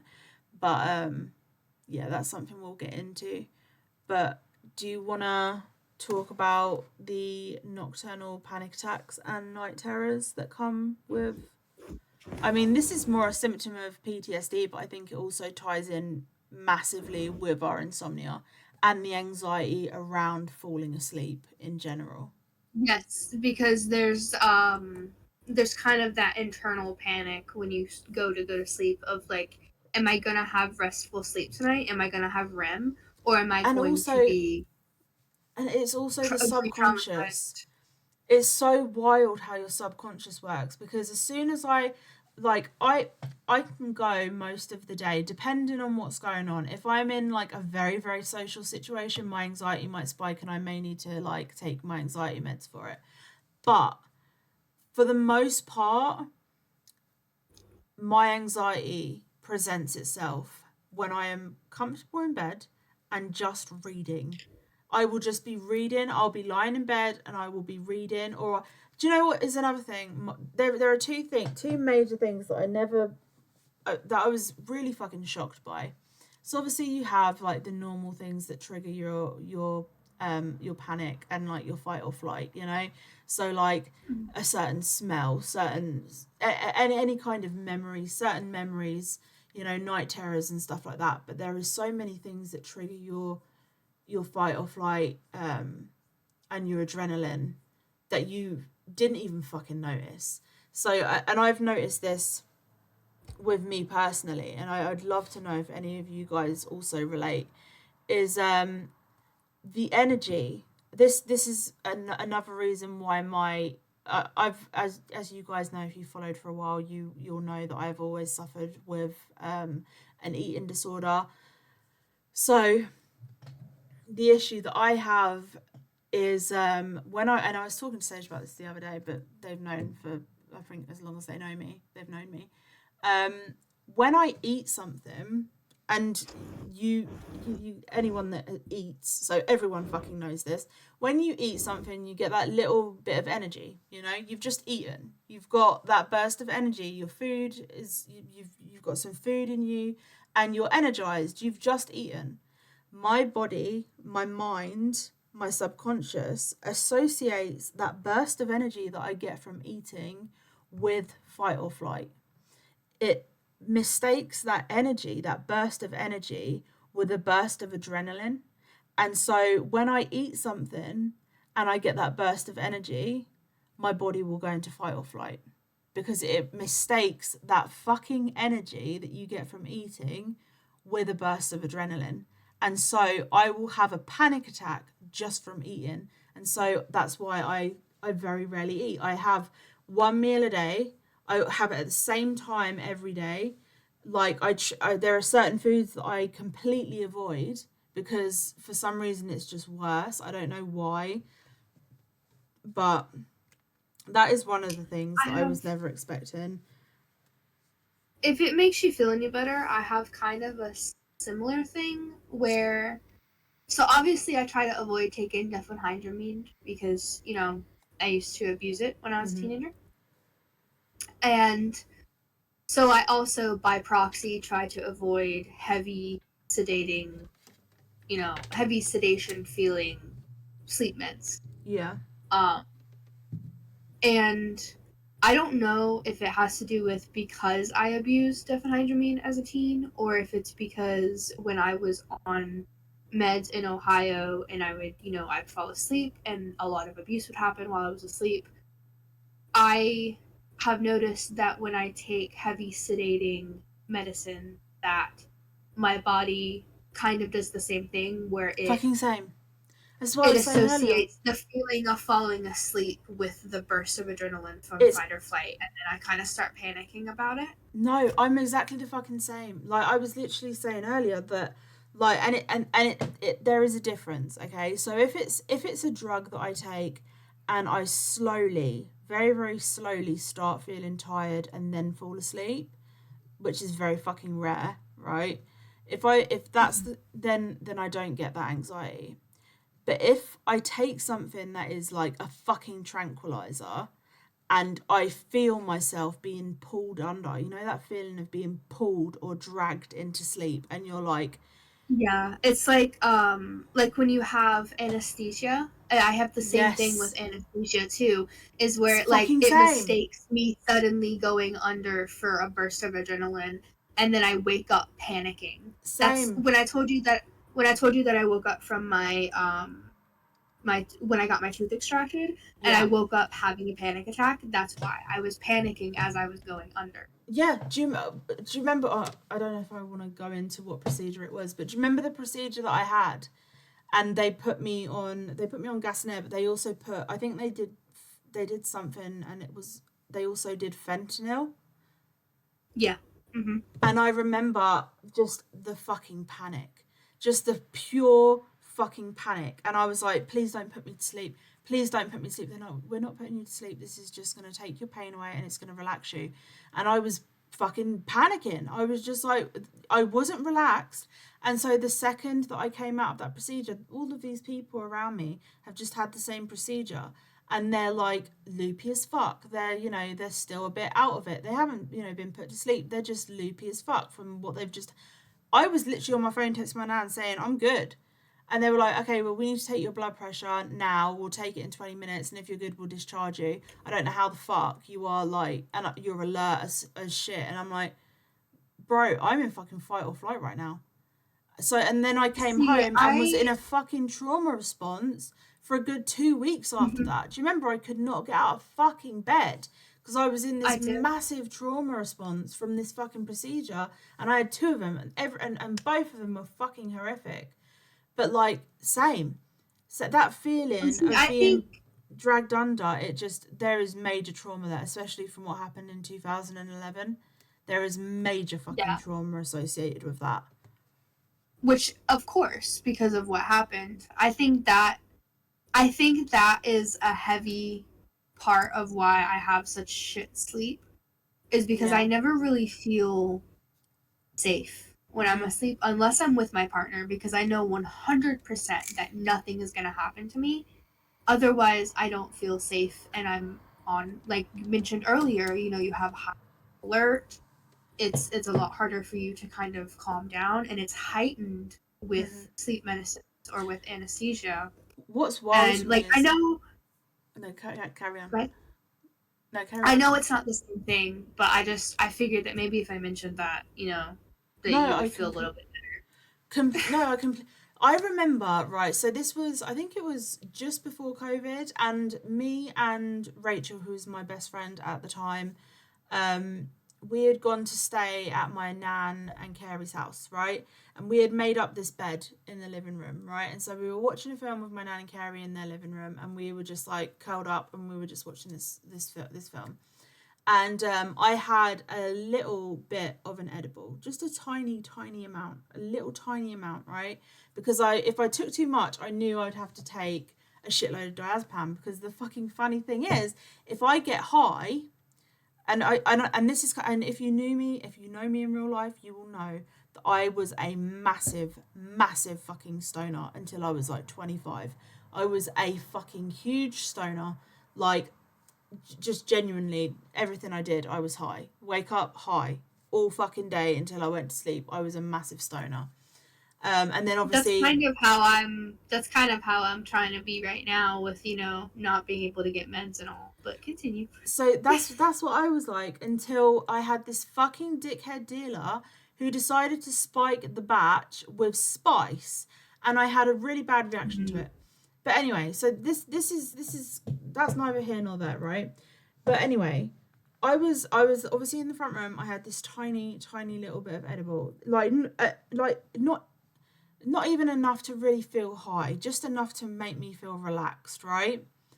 And my aunt watched me as I took this little bit of edible, because obviously I didn't hide from it. Like my nan and my aunt also took edibles and then laughed at videos on Facebook of cats for like 2 hours. It was fucking hilarious. But anyway, so she watches me take this edible, and I'm sitting there and I'm like, we're watching this film. It starts kicking in and I feel my body relax. I feel my body starting to relax. But instead of relaxing, my body goes into fight or flight and I bolt upright. And my aunt's like, "Are you good?" And I'm like, "Yeah, it's just kicking in." And she's like, "Are you good?" And I'm like, "No, I'm having a panic attack and I'm going into fight or flight." And my aunt watched me like go into this relaxed state. The second that I was relaxed, go straight into fight or flight.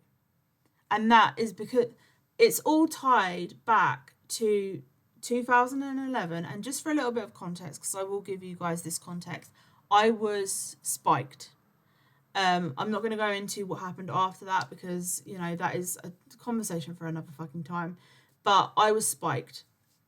And so she saw my body start to relax, and straight away my body went into fight or flight because it was like, what the fuck have you put in me? What's going on? Why are you feeling loopy? Like, so anything like that, like I've got fucking so many like weed pens, like medicinal, and I will take the tiniest hit and straight away go into panic attack. Straight away go into a panic attack.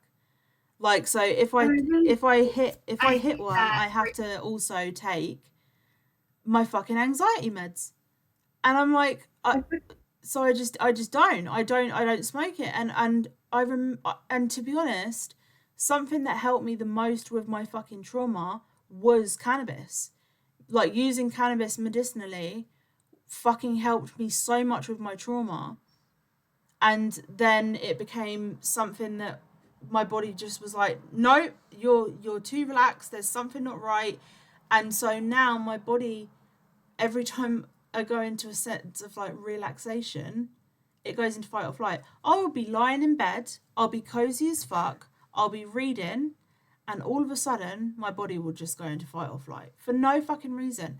And I'm sitting there in my head, and this is why CBT therapy and shit doesn't really work for me, because there is no trigger. There is no trigger. It is something subconscious that my body and my mind has picked up on. And I think most of the time it is just the fact that I'm relaxed, and all of a sudden fight or flight, and I'm in a full-blown panic attack. That's one of the many things I hate about PTSD, is that even just being comfortable, which is impossible. It is impossible to feel super comfortable with PTSD because anything can trigger it. Anything. Literally anything. The drop of a fucking dime could trigger your PTSD. A phantom smell, and so, which is common with BPD. Yeah. Smells that don't exist. Mm-hmm. And then also feelings that don't exist. Like it's insane the amount of things that can trigger it. I will hear like a random voice, just someone walking along the street, and it will remind, like it will trigger something in me, and all I can think is, okay, well that must have sounded like my attacker. There is something about that voice that just triggered me into fight or flight. You know, like, and it's wild. It's just fucking. And then when you do like have little moments where you actually feel safe, then it fucking hits you with the, oh, you're gonna panic anyway, bitch. Mm-hmm. Or the intrusive thoughts hit. Yeah, or the intrusive thoughts, or the rethinking everything, or just complete catastrophizing. Like, you will be happy, like in the moment you will be so fucking happy, having the greatest fucking time, and all of a sudden it's just like everyone you love will die. You know, this won't last. Like, imagine this horrific scenario, and I'm just like, fuck off, please, like leave. I literally the other day, when I think you were sleeping, and I I will admit that I was spamming just a little bit. But then at the end of it I was like, are you mad at me? I was Or and you were like, no, I was just asleep. No, I Like, think that's I what I was was doing. I was thinking about all the different things, like all the different reasons why you could be like not answering me. And yeah. what kept coming up was like, you were mad at me, or you did something to yourself, or you were mad at me. Yeah, I think that was what you started thinking first, because you were like, "Are you okay? Like, has something happened?" And I was like, I'm good. Like, I'm still alive. Like, don't worry." But like, that's where our when I tell you that's where mine and Sage's mental state has been. Like, we have been, and I think, like, let's get into it. Like, let's get into, the amount of suicide attempts that we've had due to well, it's not just due to insomnia, but I will say that the majority of the suicide attempts that I've had 10 in total. Fucking nice even number.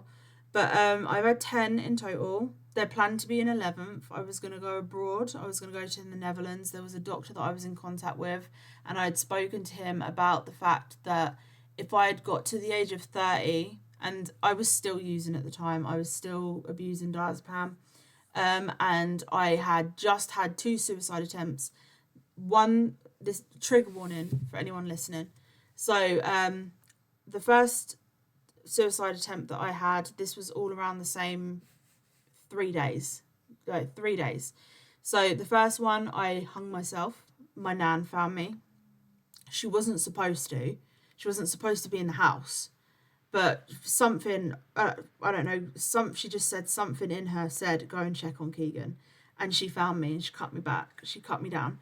And then, the second day, they were like, we're going to get Keegan out of the house. We're going to, and this was during COVID.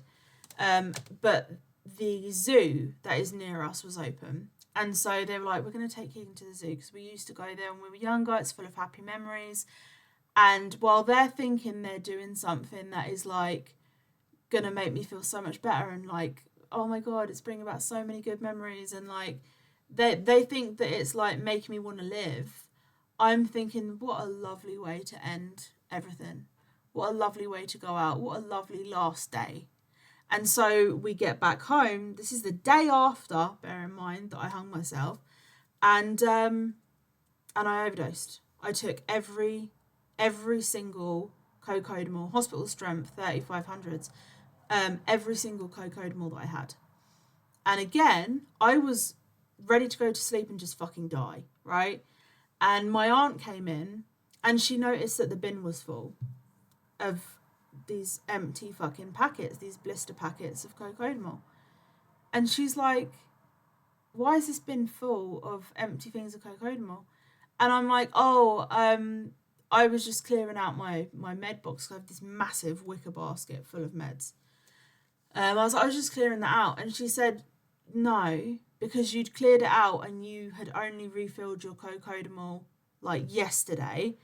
So no, Keegan, why the fuck is the bin full of these empty packets? This bin was empty this morning. I emptied this bin this morning. And she was like, did you take them all? And I was like, no. And I'm fucking slurring and like out of it. And she's like, did you take them all? And also I'd taken all my fucking diazepam as well. So I was completely fucking out of it. I can't remember what the fuck she said. The next thing I know, we're in the hospital. And this doctor is speaking to me like a piece of shit, by the way. But he basically says, we have not got time. Like, we've taken your blood, but we have not got time to wait for the results, because you took these like a certain amount of hours ago. And basically, if we don't start pumping your stomach now and you've taken enough to kill yourself, then your organs are going to start to liquefy. Those were the exact words he said. Your organs are going to start to liquefy. And I was like, what? And he basically had said, like, we need to start getting this. And so they had like a cannula in my arm, and they put me on this fucking, I don't know what the fuck this demon shit was, but they put me on it. And he was like, we haven't got time to wait for your blood. Like, if we wait for your blood test results to see what, like, how much is in your system, you could be dead by the time you get those bloods back. So we need to start you on this medication now. And so I'm just like, and my aunt's just like, do it. I don't remember fuck all. I don't remember agreeing to it or anything. But, you know, anyway, I'm put on this stuff. And then I'm taken into this random little room, which was just outside the triage unit, which is where I was. And I was like wheeling my little fucking thing with the drip on it or whatever it was. And I'm sitting there, and this mental health nurse comes in, and she's talking to me, but all I can feel is my entire body like burning up. Hold on, I need to have a drink. My entire body is just on fire. And she's trying to talk to me, and nothing she is saying is going in. All I can focus on is the fact that, like, something is wrong. My body is on fire. I need to get to a fucking bathroom, right? So I go to the bathrooms. There's literally bathrooms just outside the door of this little room that we were in. And the public bathroom, some fucking dickhead man had allowed his, like, I don't know, toddler 3-year-old daughter to go in there, and she had locked the door and he couldn't get her out. And he was just like, oh, kids. And I'm like, you fucking idiot. Right? And so I go into the bathroom that's next to it, which is the nurse's bathroom. Right? It's literally just a toilet. It's the nurse's toilet. And I'm like, I'm fucking going in there. I don't give a shit. I'm fucking going in there. Like, it's the only bathroom that's free. So I go in there and I lock myself in, and I'm on the toilet, and everything is coming out both ends. I'm so sorry. This is really graphic and gross, but I don't give a shit. This is the fucking reality. And so everything's coming out of both ends. And then I am dripping with sweat, my entire body. And I'm wearing like velour pajamas as well. I don't know if you've ever sweated in velour, but it's horrible. Anyway, so I'm sorry, did you say velour? Velour, yeah. As in the brand? As in the material. There's a material? Are you confusing velour with Versace? I might be, actually, yes. Yeah, velour is like, I don't know how to explain it. It's like if you touch it one way, it's really soft, but if you touch it the other way, it's not. It leaves a mark. It's that material. Yeah. So. You mean the type of fabric that I can only touch on one side. Mm-hmm. So I was wearing these tracksuit bottoms. I was wearing this little black t-shirt, and I was this black tank top, and these like pink velour pajama bottoms. And it's the middle of COVID, by the way. And all I remember is like I just needed to lie on this bin because it was cold.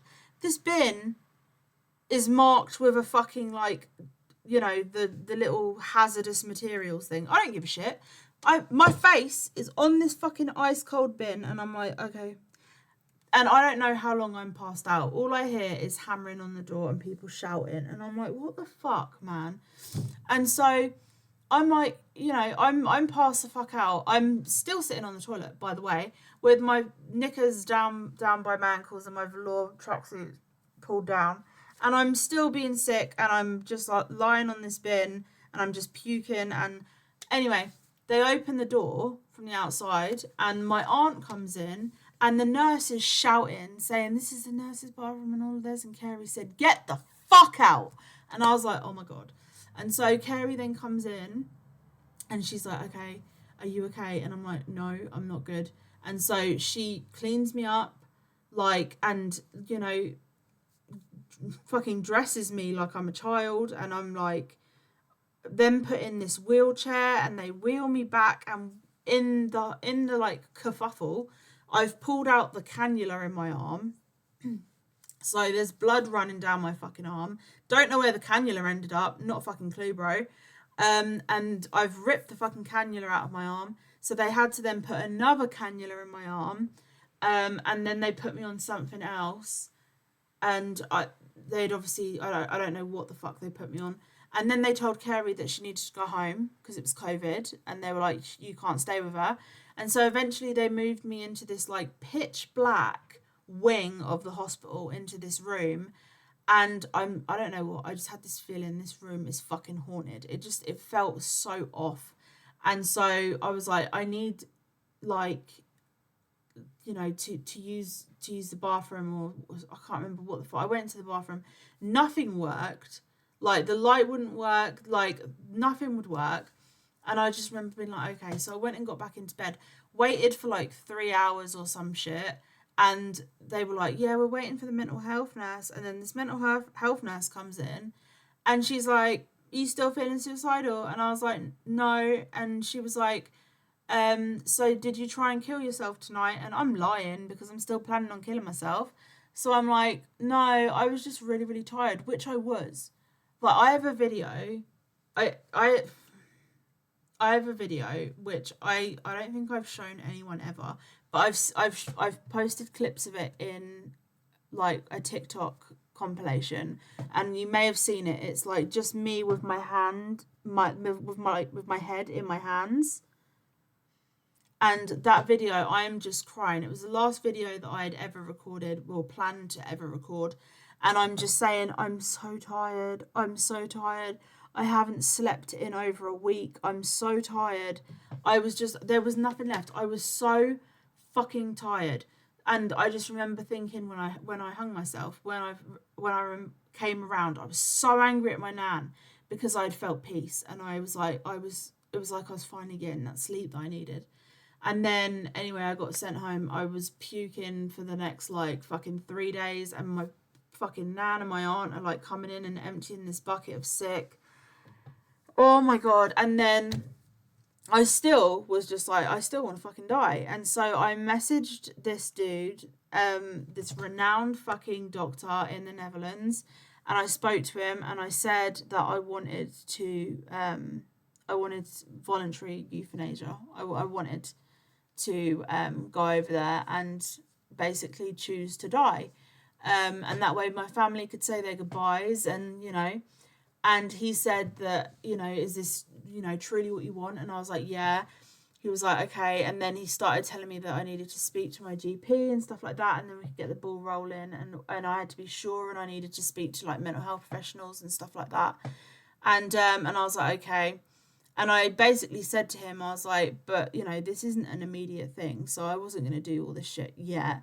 I said, if I get to the age of 30, and at the time I must have been like 28, and I said, if I get to the age of 30 and I am not any better than I am now, that's it. That's how I'm going. Like, I will give it, like, I think I was just about to turn 29. I was just like, I will give it this like year and a half or whatever it was. I'm not sure.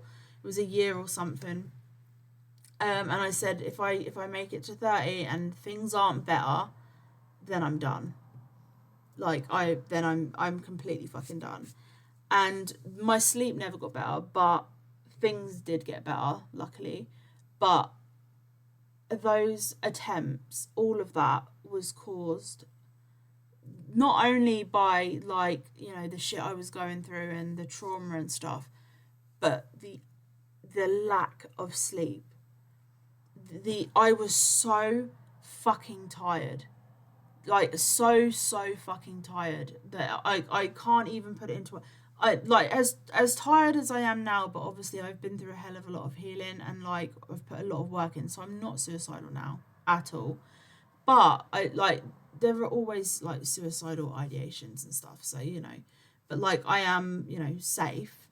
But I was so fucking tired, and I just wanted to sleep, and I was done.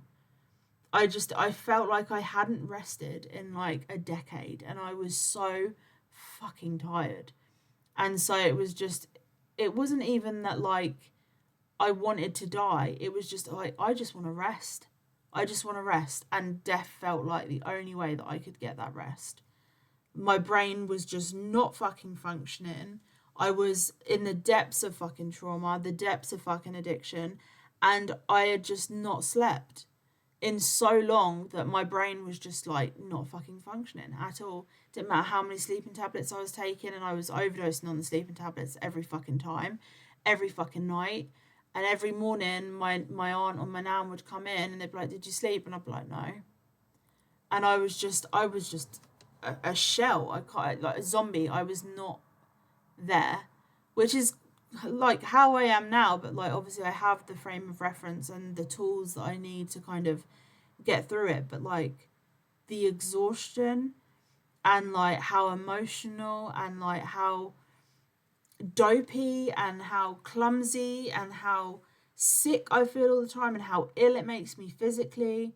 Like, when I tell you, insomnia is no fucking joke. It is no fucking joke. There is a reason why so many people that suffer from CPTSD and insomnia, and when you then mix that with BPD, no fucking wonder the suicide rates are so fucking high.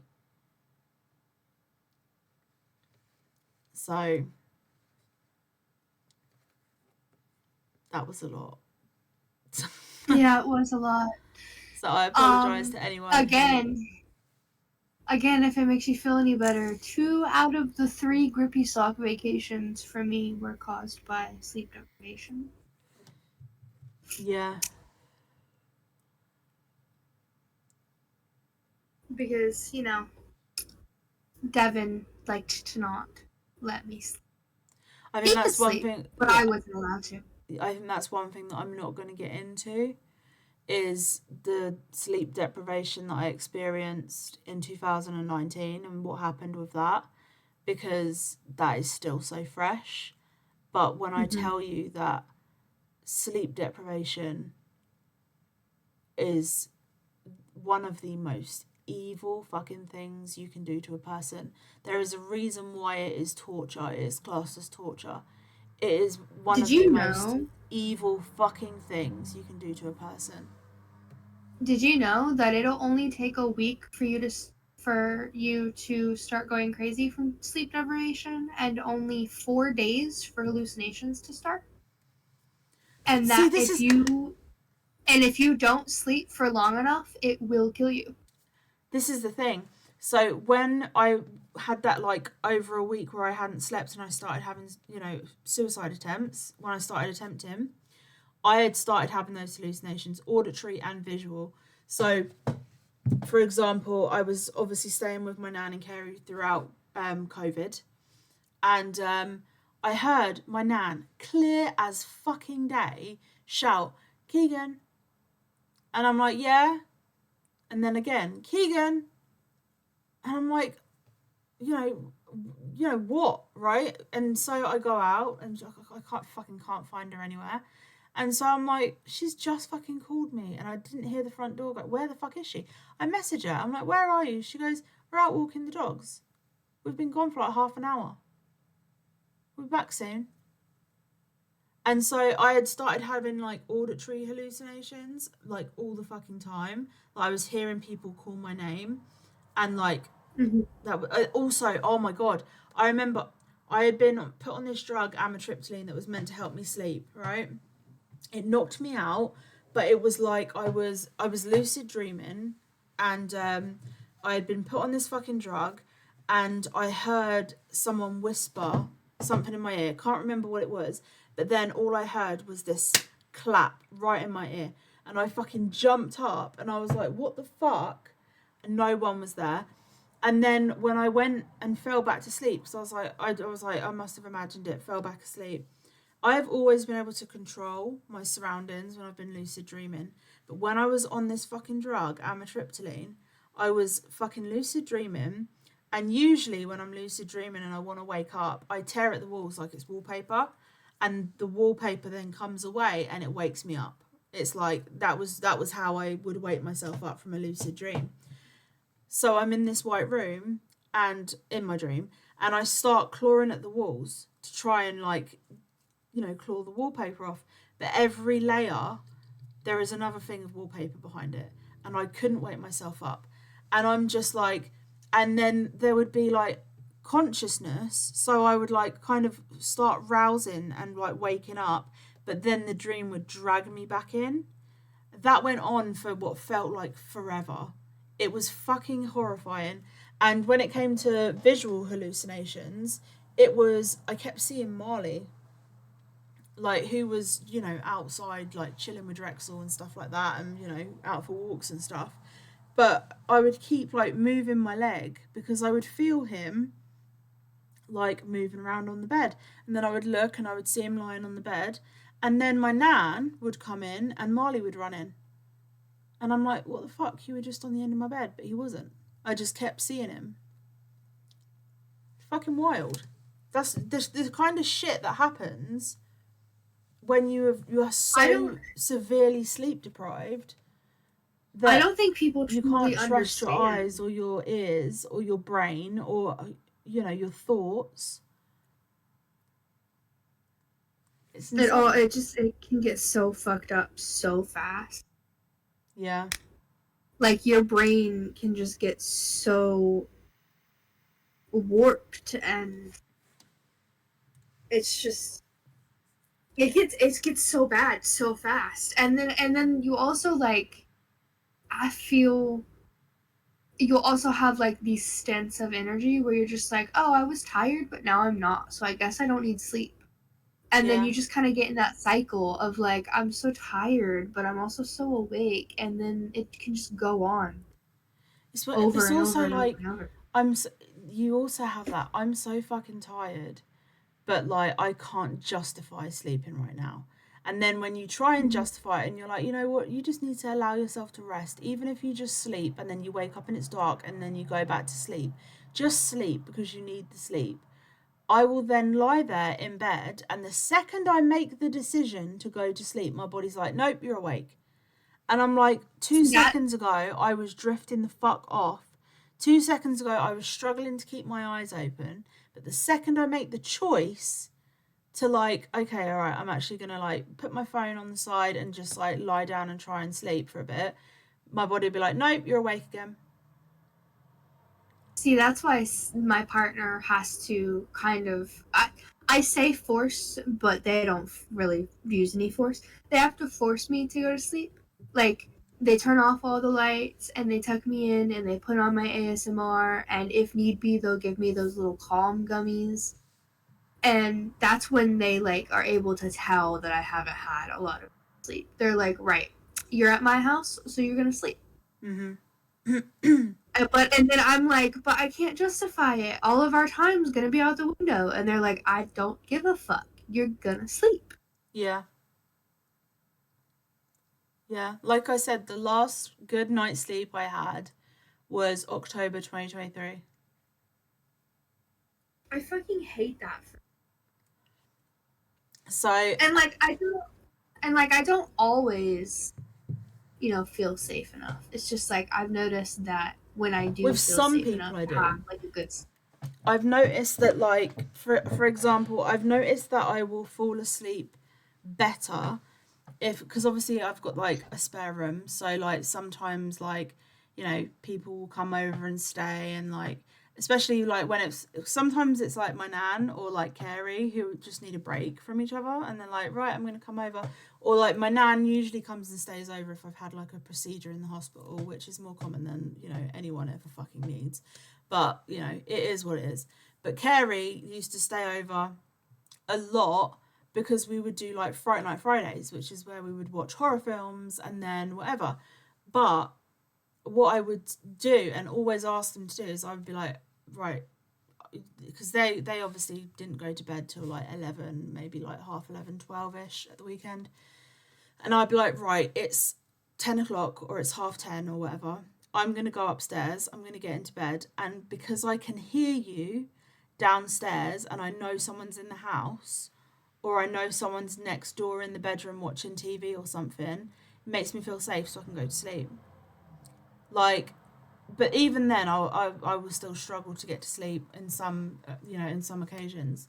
And, but I do feel like there needs to be an element of safety there, which I think I felt very safe with the person who had stayed in October 2023, and also they were in my bed, and it was just like, this is a very safe person, and a very safe situation, and I can sleep because I'm protected.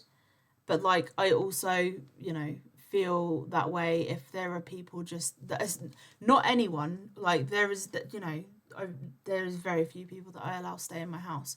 But like, if it's someone that I trust and they're staying in the house, then I feel that safety, and I'm like, okay, I just need to try and get. But the thing is, it's like I need to get to sleep before they go to bed, because if they go to bed before I fall asleep, all of a sudden I'm like, oh, okay, now I'm awake. Like I can't sleep. Like I'm wide awake. But I have to kind of fall asleep before they go to bed, while they're still awake, while I can hear the TV going, while I can hear them, walking around downstairs and, making themselves a snack or like using the bathroom. Like because it's like, okay, like everything is safe.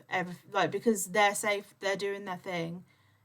This is a safe place for me. I can go to sleep, Yeah, it's very tough, all of the things that we have to do just so we can feel safe. It's unfair. Like, we should be able to just have safety, you know? Like, we shouldn't have to have so many things on or so many things going on in the background Yeah. just to feel like we're okay enough to sleep. Like, we shouldn't have to be on such high alert. And yet, I remember like, even though I didn't have a good childhood, I do remember the days like before, 2011, where I would just get into bed and then put my phone on the side and then just roll over and fall asleep. And I'm like, how the fuck did I do that? How no, the I know what you fuck mean. did I Like, ever, there, you know, like, I remember so vividly before, like, it was so much easier. And I obviously, I've struggled with neurodivergency all my life and I've had anxiety all my life, but it was so much easier before the trauma started. yeah, And it's just been so fucking hard since the yeah. trauma started.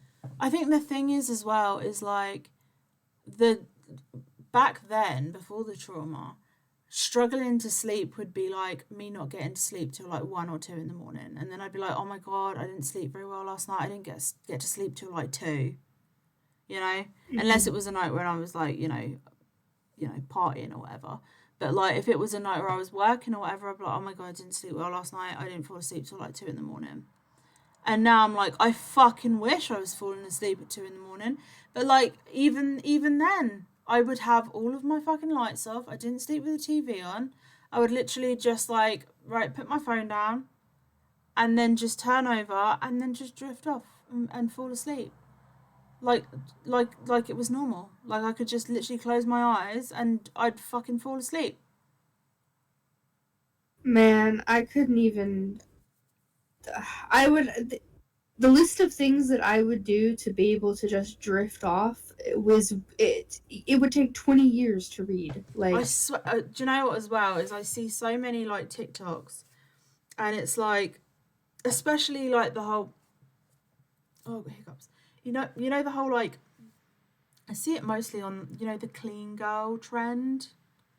oh my I see god. it all the time, and it's like, here's Oh what you're my gonna do, god. girl. You're gonna go and have a bath.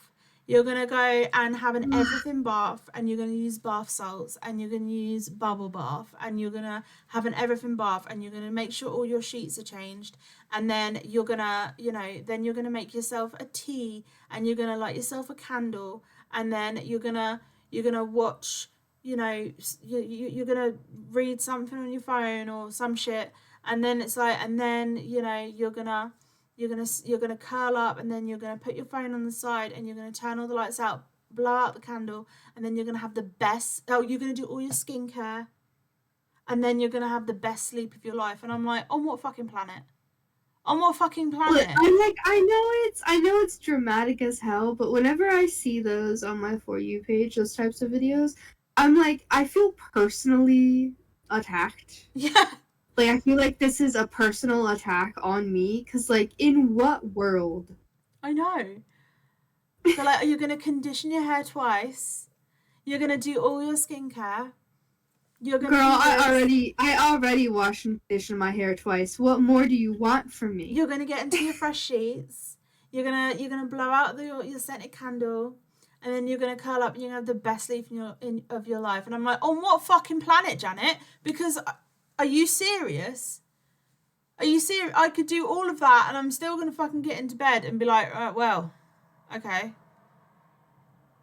I'm very clean and I'm in nice sheets, which is like, I always do that anyway. That's literally what it is. It's like, okay, I've done it. I've had a scalding hot bath. I'm basically 3rd degree burnt now. I'm in fresh sheets. Now it's when they say, also put on some silk pajamas. Silk pajamas aren't going to help me with my insomnia, Barbara. The fuck are you talking about? Like, who has money for silk pajamas? I mean, I have silk pajamas, but I don't sleep in pajamas because they're restrictive and I'm neurodivergent. But like, I'm just like, oh my god, I can't. And they say it so confidently, and then you've got everyone that worked for you. And but you've like, got everyone in the comments that are just like, oh my god, right? Like this is self-care, and I'm like, oh my god, like I'm so. It's jealousy. I'm so jealous. I'm so fucking jealous or envious of the fact that like you can do that you have the energy to do that, because bitch, I haven't slept in a week. You think that I have the fucking energy to fucking change my bed in, have an everything fucking bath, change into some silk fucking pajamas, do all of my skincare, dye my fucking eyebrows, like put some oil in my hair and like plait it, and then light a candle. That's why here lately I've been like, I'm so happy you have that privilege to be able to do that thing, or I'm so happy that you have the privilege to step away, or I'm so happy that you have the privilege to be able to like to do this or that. Like, not everybody has the ability to do all of these things. I mean, I love it for them. I love that for you. I love that for you. But also, fuck off. Why? I built my For You page brick by brick. How the fuck did you get here? Because I am not your target audience. I'm not your fucking target audience, because bitch, I haven't slept in a week. Go target Sephora teenagers or something. Like, get the fuck out of here. This is what I mean. I'm like, I haven't slept in a fucking week, and you think that I have the energy and the spoons to do all of that? Are you fucking insane? I haven't even got out of bed. I haven't even got out of bed, and you're telling me how to get into bed. What are you? Stop it. I literally would rather bed rot and just hope for the best than do 47 steps that probably aren't even going to help me get to sleep. This is the fucking thing as well, right? This is the fucking thing. I've done these things, right? Like, I have done the whole fucking routine before. You've seen it, because I'll be like, oh my god, I've just done like self-care, right? Because I'll be like, I've just done my skincare. And like, I will literally, because this is one thing that I do have to do, because, you know, autism. Like, I will make sure that my entire bedroom is spotless. There is nothing that I have to do in the house. And then I will change my bedding, and then I will have an everything bath. And I will use bath salts. I will use a fucking bath bomb. I'll use like 10 pounds of fucking bubble bath. And then I will fucking make sure every bit of my skin is silky smooth. And then I'll come out and then I'll cocoa butter up everything. And then I will do all of my skincare, and I'll make sure that my hair is like dyed and like also like dry and straightened and put up and blah, blah, blah, blah, blah. And then I'll get into bed, and then I'll sit there for the next 12 hours with my pretty little skin. Like, okay. It's like, yeah, right. I'm clean and everything is soft and it feels nice, but at what cost? Now I'm just lying here like smooth as a dolphin, you know, with some fucking skincare products, you know, all over my face, like just fucking scrolling and watching YouTube videos on true crime, because I'm sorry, what the fuck do you want from me? I can't fall asleep. It doesn't matter what I put on my fucking face. Like, what? It's like, like, yeah, unless I'm one super of the soft and steps, clean, but now I'm soft and tired. unless one of the fucking steps is like knock yourself out with a hammer, like, bitch, it's not gonna work for me. Like, because Unless one of the steps is give don't get yourself a me wrong, lobotomy at home. I love, like, I am feeling myself when I do all those steps. Do not get me wrong. I love getting into a bed when I'm all like silky smooth and stuff like that. But then I'm not like, oh, I'm so ready to sleep now. I'm just like, okay. I'm sorry, just unless one I'm of in the exactly steps the same is give situation I yourself, was, but I am squeaky clean. Great, thank you. unless one of those steps is give yourself an at-home lobotomy, just pack it up. It ain't gonna work. I can't. Like, if that works for you, that's fucking fantastic. I am jealous as fuck. I swear to God, and this comes out of a place of jealousy. Like, I genuinely love that for you if that is something that you can do. But like, as someone that like just hasn't slept for a week, I'm just like, why the fuck is this on my For You page? It's insulting to me. Like, get Break off. the fucking brick. Yeah, I know. And it's just like, when did I place this fucking brick here? Because what the fuck? My bricks are crumbling. Who put this brick here? What would make you think this worked? Or would work for me? I guess they've had like 3 people be like, I oh saw my god, one. it worked. I saw one today where she was like, and then I like to get into my bed with my candle burning and some lavender tea, and then I like to write in my gratitude journal. And then I send a text and I remind the people that I love them, and then I put my phone down, and then I have the best 12 hours sleep of my life. And I'm like, oh, fuck you. Yeah, okay, Fuck Nancy, tell that to the 4 different gratitude journals that I have. Oh my god, don't. The amount of fucking gratitude journals I've bought and they've sat there rotting. Like, I would be grateful for sleep. That would be great. I would give me something to be grateful for. Give me that fucking 12 hours sleep. And then I'll write something in the fucking gratitude journal. And that's the same problem I have with journaling in general, is that like it just feels better for me to talk with somebody about it. But it's not like I can just dial you up and be like, hey, I know it's 12 a.m. for you, but you want to bitch about how I can't sleep? Like, if it's not, because like I have a hard time talking about my feelings if it's not like with somebody. Mm-hmm. And so they just don't work for me. I do have a journal, for me. so I'm like, I'll update like little life events and stuff. But like, it's like, so this happened today, and then this happened today, and then, oh my god, you won't believe what happened, and then, oh, this argument happened, and blah blah blah blah blah blah blah. But like, I swear to God, if my journal was literally like, what did you do today? It would be like, today I struggled. No, literally, my journal, literally the only action that it has seen is me being gay about my partner and the fight that we had, and that's it. Oh, I literally recorded a vlog and you wrote about you know who calling him that was a fucking, which was wild as hell because I saw the screenshot of it on your YouTube and I was like, the fuck did she write about him for? But then that's hilarious. That's fucking hilarious. I still want to read what you wrote, by the way. I really want to read it. Sage, there was a person that like I was having a fling with, and Sage does not like them at all. Sage is not a fan. I have a reason. I have a very good reason to not be. Sage is not a fucking fan, let's just put it that way. And they wrote a whole journal entry, and when we were arguing, I was like looking at their YouTube, and I saw this little screen grab, and it had his name, and I was like, what the fuck did you write? Now I need to know. Please, when we get off here, send me pictures. I want to read it. I really want to read it. Okay, let's go through what is a nocturnal panic attack. I've sent you a link to a good one. It's from Cleveland Clinic. Yeah. I've just been chilling here. And then we'll end it with sleep deprivation and some final thoughts, which is probably I'm very fucking tired. Okay. Final thoughts. I'm exhausted.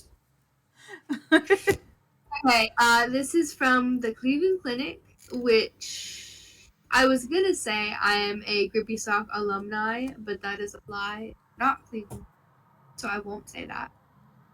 Oh, panic disorder. That's what I have. As many as 7 in 10 people. There's a bit where it says how common are nocturnal panic attacks. About 11% of Americans, because apparently America is the world, experience a panic attack every year. As many as 7 in 10 people with panic disorder. Reoccurrent panic attacks also have nocturnal panic attacks. Yeah. Night terrors. Right, so what is the difference between... You can start with the what is a nocturnal panic attack, just to let people know like what it is. I'm sure you probably grasped it by now. It's in the name, but it's basically a night terror. What is a nocturnal panic attack? A nocturnal or in parentheses night panic attack is a sudden feeling of fear that wakes you from sleep. You wake up in a state of panic, experiencing physical reactions like a racing heart, sweating, and difficulty breathing, in parentheses gasping air. It's literally a panic attack, like in your sleep, but it can feel so bad. It's horrific. Waking up to a panic attack is fucking the biggest kick in the balls. And I think this is what I had when I went under tooth. Yeah, that makes sense. Except not nocturnal. It was in the middle of the day. Well, I mean, nocturnal means you're asleep. So, night. Yeah. Okay. No, nocturnal is night. Okay, then, unfortunately. Yeah. Look, I haven't slept in a week. What's the difference between nocturnal panic attacks and night terrors? Night terrors are a disruptive sleep disorder, parasomnia. A person experiencing a night terror has symptoms like those of a nocturnal panic attack. One key difference is awareness. People experiencing night terrors are often unaware they're having them. They may look like they're awake and they may scream, jump out of bed, and run around. They're actually asleep, and it's difficult and often not recommended to wake them. When a night terror wow, okay. People fall back to sleep after a night terror? Jesus Christ. I didn't know you weren't supposed to wake people up from night terrors. Devin used to do that all the time. He would shake me awake. I'm sorry, you better fucking wake me. If I'm having a night terror, you wake me the fuck up, please. He would shake me awake. That's so crazy. When a night terror ends, a person falls back to sleep. They may not remember the event in the morning. Somebody needs to work on. Yeah, who are they getting their information from? No, not that. They're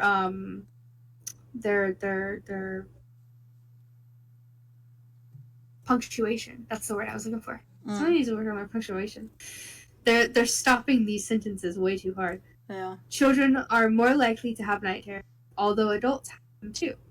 A panic attack wakes you from sleep. You're aware of the feeling of fear and other panic attack symptoms. It may take a long time to fall asleep again. Nocturnal panic attacks primarily affect teens and adults.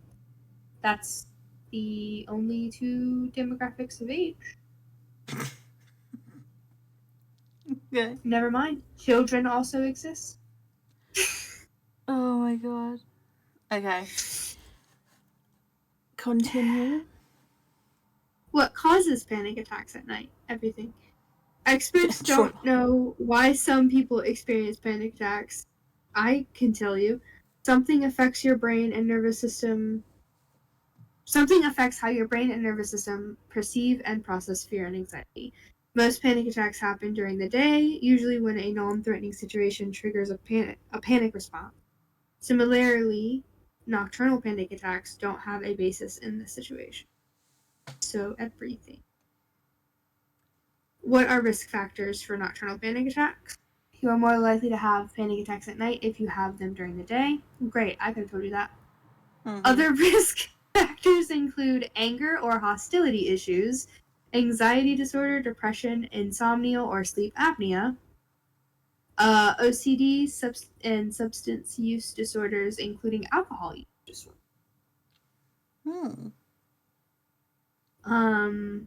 What are the symptoms of nocturnal panic attack? Nocturnal panic attacks cause the same symptoms as attacks that occur during the day. However, research suggests that people who have panic attacks at night may have more severe breathing symptoms. They may struggle to catch their breath or feel like they're choking or having a heart attack. Signs of nocturnal panic attack: chest pain, chills, intense fear or terror, nausea, profuse sweating, racing heart rate, tingling or numbness in the fingers or toes, and trembling or. And apparently they can last up to 10 minutes. Yeah, that makes sense. The worst panic attack I've had lasted 2 days, but that was after I was spiked with spice. That's fucking insane. Do you think that maybe that's why sometimes I wake up and it feels like I'm choking on like Yeah, I get that vomit too. or something? No, I get that too. I genuinely get that too, because there's so many fucking times when I've thought like, what the fuck is it like? Is it my sinuses? It like is something blocking my airway? Is it the way that I'm sleeping? Is it sleep apnea? Is it stomach acid? Because it kind of tingles a little bit, but not enough to be stomach acid. Yeah, because I have GERD, so it comes up into your esophagus. But like, yeah, there are times when I've woken up choking, and I'm like, what the fuck? Because there's seemingly no, no reason for it. So yeah, it could be. And it's not all the time either. So No, like I know every so often. I don't have like really bad GERD or anything like that. It's just like every now and then I'll wake up out of a dead sleep, gasping for air. Yeah, no, same. And there'll be like the tinglies in my throat, and I'm like, what the fuck? Yeah. I genuinely like that. You learn something new every fucking day, because I had no idea that was one of the symptoms. So that actually answers a lot of questions, because I get that a lot. This has been very informative for us as well. Mm. It shows us how much overlap all of our mental health problems have and how they can affect each other. And it makes more sense for me why I'm having a hard time getting on any sort of stable schedule. Mm. And then the treatments are antidepressants and anti-anxiety medications, benzos, beta blockers, propranolol. Oh my god, the most useless drug in the history of the fucking world. And CBT. They love CBT, don't they? What are the complications of nocturnal panic attacks? Waking up in a panic is very disruptive to a good night's sleep. Concerns about having a panic attack at night may cause you to delay going to bed or lead to insomnia. I mean, honestly, like, true. Because most of my panic attacks happen in the evening. So, but it's not like I delay going to bed. I'll get into bed and I'll start reading. But like, if I feel any slight bit of anxiety, or if I have a panic attack, like, I'm like, all right, I don't want to fucking go. Like, I can't sleep if I am like slightly anxious, or if I have a panic attack, like trying to sleep after, even though I'm exhausted, because the crash you get after a panic attack, oh my god, like coming down from it, like you should have the best sleep ever, but like, oh my god, it's fucking horrible. Yeah, see, I'm kind of unfortunately lucky in that category where, like, when I start coming down from a panic attack, and especially if it's a panic attack that accompanied a flashback, once the adrenaline starts coming down, I just naturally pass out. Yeah. And so I'm kind of lucky in that regard, and sometimes I wish I could recreate that just so I could sleep. Oh, no, I will swap with you, genuinely. But then I have to worry about, like, accidentally re-traumatizing myself, and I'm just like, oh, that's a worse situation to be. Waking up in a panic is very disruptive to a good night's sleep. You don't fucking say. Concerns about having a panic attack at night I've already read that. Lack of sleep affects health in many ways. It can lead to anxiety and depression, difficulty concentrating or remembering things, increased stress and irritability, more frequent daytime panic attacks, poor performance at work or school, weight gain. Outlook prognosis. What is the prognosis for people who have nocturnal panic attacks? Panic attacks are treatable. Most people get symptom relief through therapy and medications. Once you have a handle on daytime panic attacks, the frequency and severity of nighttime panic attacks should also improve. Can you prevent nocturnal panic attacks? Oh my god, here you go. This is, I swear to God, whoever decided this was the advice that GPs and everyone fucking gives to try and fucking fix insomnia needs a punch in the face.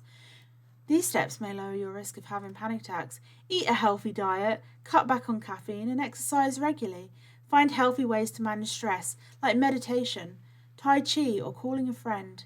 Talk to your healthcare provider before taking herbal supplements or over-the-counter medications. Certain ones can heighten anxiety. It's always fucking cut back on, don't drink coffee, like have a nice cup of tea, have a nice warm bath, change your diet, exercise regularly, and it's like, okay, thank you, my trauma is fixed. I hate how the go-to is change your diet and lose weight. Like, thank you. Oh my of god, course. yeah. If me being fat affected my energy and like my ability to go to sleep, of course. You could go to But the it doctor doesn't- if you were overweight and you went to the doctor about anything. They would be like, "Have you thought about losing weight, motherfucker? Like, what are you talking about?" I could go in with a broken bone It's and they'd the be same- like, "Have it's you the considered same- losing like 100 pounds?" It's the same with medical misogyny, dude. I swear to God, fat phobia and medical misogyny are rife. And I think the last thing we need to talk about is sleep deprivation. I think that medical misogyny is part of the reason why they're giving me such a hard time about having the testing for autism. I think they're like, oh, if you just lose some weight, maybe you could focus. I think the thing is as well is that when it came down to autism and the diagnosis for autism, again, due to medical misogyny, the basis for it was based on a male model, and autism in men presents so differently to autism in women, and women learn to mask so much younger that it is more difficult to diagnose women, because it's obviously, it's the same kind of concept as the fact that, did you know that heart attacks in men have completely different symptoms to heart attacks in women? Same with strokes. So when you see all of these, like, oh, like if you've got shooting pains in your arm and like chest pains and stuff like that, like, yeah, they are symptoms for men. But when it comes to symptoms for women, it's so different. Like, we get pain in our jaw, we start feeling nauseous, we might be sick.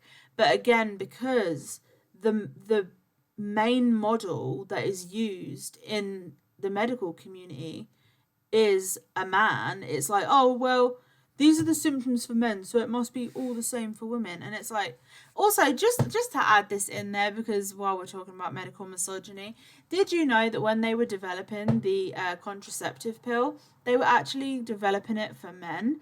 And then when they realized that there were so many like bad side effects for it, they were like, we'll make it for women instead.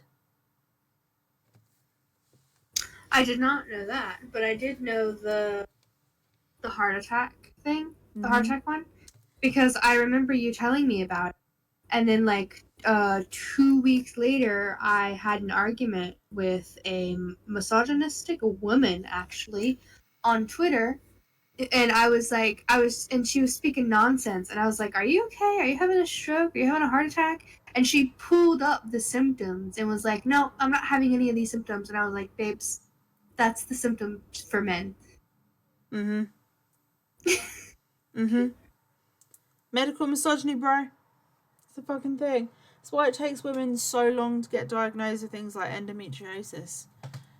Like, so many women have gone to like doctors and been like, hey, like, I have severe bleeding and clotting and stuff like that, and they're like, have you tried losing weight? And it's like, could you maybe fucking look at what's going on inside me? And then they'll just be like, they're riddled with fucking endometriosis. The amount of women that have failed by the medical community or the profession or doctors, GPs, because of medical misogyny is fucking rife. It's If it were men, unbelievable. though. Look into it, guys. Look into it. It's a fucking thing. You will be shocked. You want to ruin your day? Do that. Have a look into medical misogyny. If it were men, though, Oh we'd my have God. cures for everything. Don't. If it was men that needed abortions, it'd be like, oh my God, of course. They would never outlaw them. No, if not men at all. needed abortions. Not at all. Not at all. It's the fact that you can get Viagra on like the NHS. You can get Viagra like given to you for fucking free, but like certain medications you can't. And it's just like, are you fucking serious? Are you fucking serious? So, sleep deprivation. This is something that me and Sage have both experienced, not only because of insomnia, but also because of abuse and trauma, so trauma related. I'm not going to go into it. Sage might talk about their experience with sleep deprivation, but I won't be talking about what happened to me because it happened in 2019. Sage obviously knows what happened, but it was one of the worst experiences in my life, other than what happened in 2011. And it was fucking horrific. But sleep deprivation played a massive, massive part in it. And it could have been prevented. But there were certain people in my life at the time who, even though I begged them to help, they not only did not, but actually pushed me into the situation even further, and kind of enabled the person that caused that trauma. And but that's something I'm not. When I see that person, I'm gonna get you. Oh, she's getting her karma's already got her. It's fine. Sleep deprivation is when you aren't sleeping enough or you aren't getting good quality sleep. When it's severe or happens over an extended period, it can cause very disruptive symptoms that interfere with even the most routine activities. Long-term sleep deprivation can worsen many major health conditions. This condition is usually treatable. And this is why I've said that, this is why I've also mentioned my Crohn's diagnosis, my GERD diagnosis, and my fibro, because they are all intertwined. And I was diagnosed with all of them when I was also diagnosed from my trauma with CPTSD and also BPD. And funnily enough, a lot of the physical conditions that I am diagnosed with have come from trauma. So that's great. Love that for me. But when I am suffering from insomnia, when my insomnia is very, very fucking bad, everything goes to shit. My mental health goes to shit. My physical health goes to shit. So, like, my entire body starts failing me. And it can start with, like, GERD. I'll have a GERD flare up. And then all of a sudden, I'll be having the worst fibro flare up ever. But then also because of that and the inflammation and the stress, I will also then get a Crohn's flare up. And all of me is flaring up, and then my mental health goes down the pan, which then exacerbates the physical symptoms.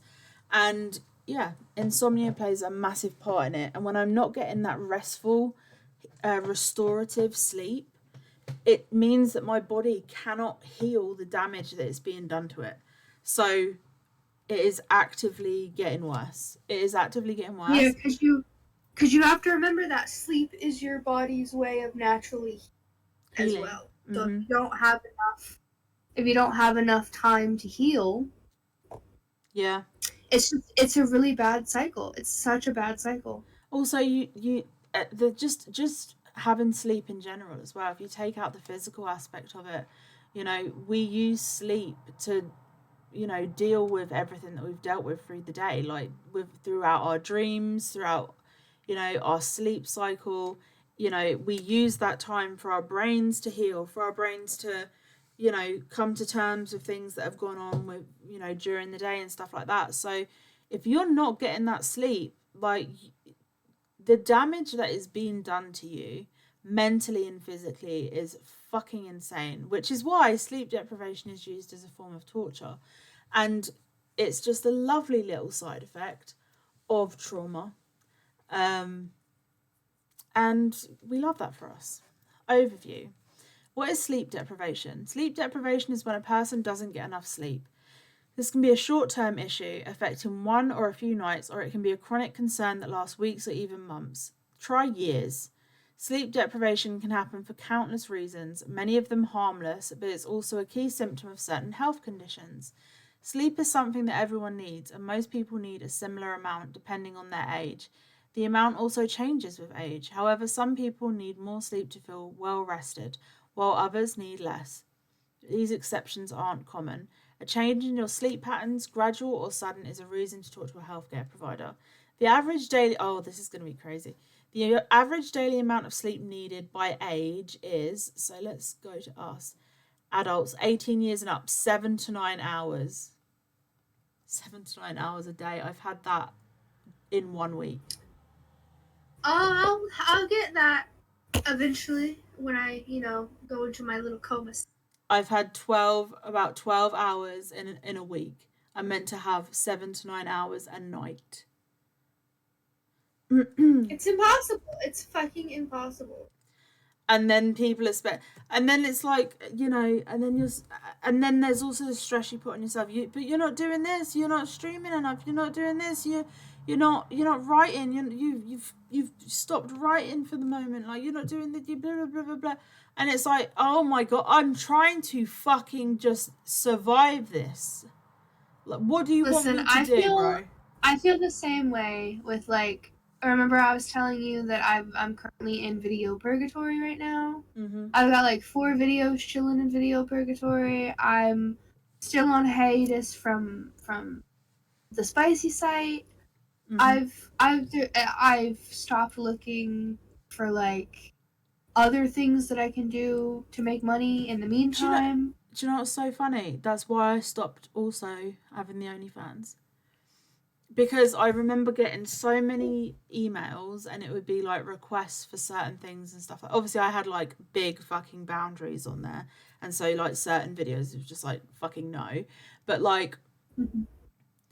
I just remember, because I was also in the depths of addiction at the time, I had an OnlyFans and I just remember getting all of these emails from these fucking men. You know, the ones like, on OnlyFans where like they message you and they're like, oh, can you do this? Can you do that? Or whatever. And I just remember being so fucking tired that the idea of getting out of bed, putting lingerie on, like doing my makeup, doing my hair, even showering, even getting out of bed sometimes was just like too fucking much, that I was just like, fuck all of this. I'm out.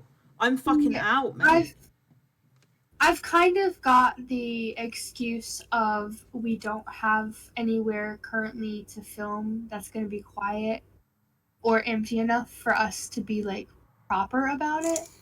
But at the same time, it's like I actually genuinely want to make something of that because like I like doing it. It's fun and it makes me feel good. It makes me feel pretty. It feels like liberating for me, after, being forced to not, control my own sexuality and stuff like that. Mm-hmm. It's just like, it's just getting out of bed and doing anything. Yeah. So tiring. It's not that I'm tired of doing the OnlyFans. It's just that like I don't have any energy to do it right now. Yeah. That's what it was like for me. And the emails kept coming in, the requests kept coming in. And I was just like, oh my god, fuck off. Fuck off. I'm also lucky enough to not be like super like big at the moment, which I do eventually want to be. Like I want to be, bringing in some cash, but you can't really make yourself all pretty if you feel pretty. That's the thing. Being tired makes you feel not pretty. I can't. I just could. I did not have it in me. I wasn't sleeping at all. I was abusing the fuck out of benzos. And, like, I was just not fucking sleeping. And it was just like, oh, can you do this? Can you do that? And I was just like, I have no fucking energy to do any of this right now. I don't have the energy to film, like, 50 fucking videos for, like, all of these, I was just like, fuck this.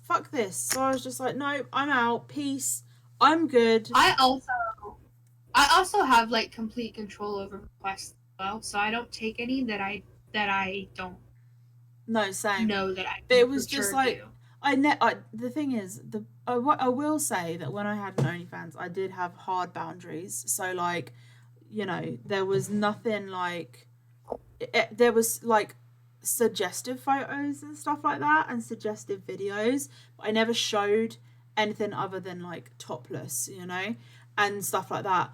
But like, and most of the people that joined my OnlyFans were respectful of that, right?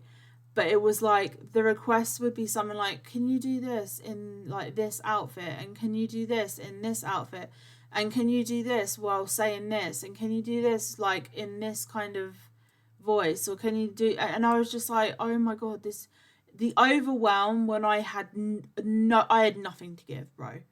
I was, and I think, do you know what, like actually thinking about it, you know, I go through like periods of like years of celibacy where I'm like celibate for like, you know, 2 years, and then celibate for like 5 years, and then celibate, do you know what I mean?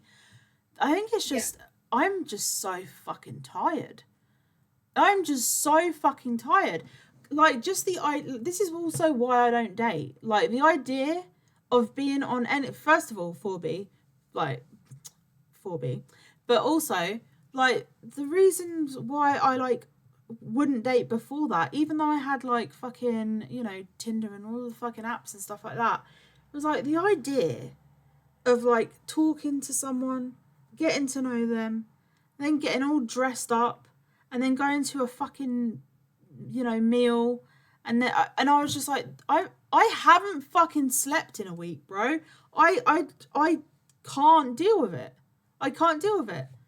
Like, I just think I've been fucking fucking sleep deprived for the last 10 years, and I'm just like, you know what, I just can't be asked. Genuinely can't be asked. Sleep deprivation can also take. I like to think that one day we won't be. One day there'll be like an epiphany or something. Fuck knows, We'll be bro. okay. Yeah. Yeah. Sleep deprivation can also take different forms. For some people, sleep deprivation happens because they stay awake instead of sleeping. For others, they're still sleeping, but they aren't getting quality sleep, so they still wake up feeling tired. I would say I'm a mixture of both. Yeah. Because I will be like this. For some people, sleep deprivation happens because they stay awake instead of sleeping for like a week, maybe a little bit longer. But then I will get like every so often, maybe once every 3 months or so, I'll get into a slight routine, and it won't last long.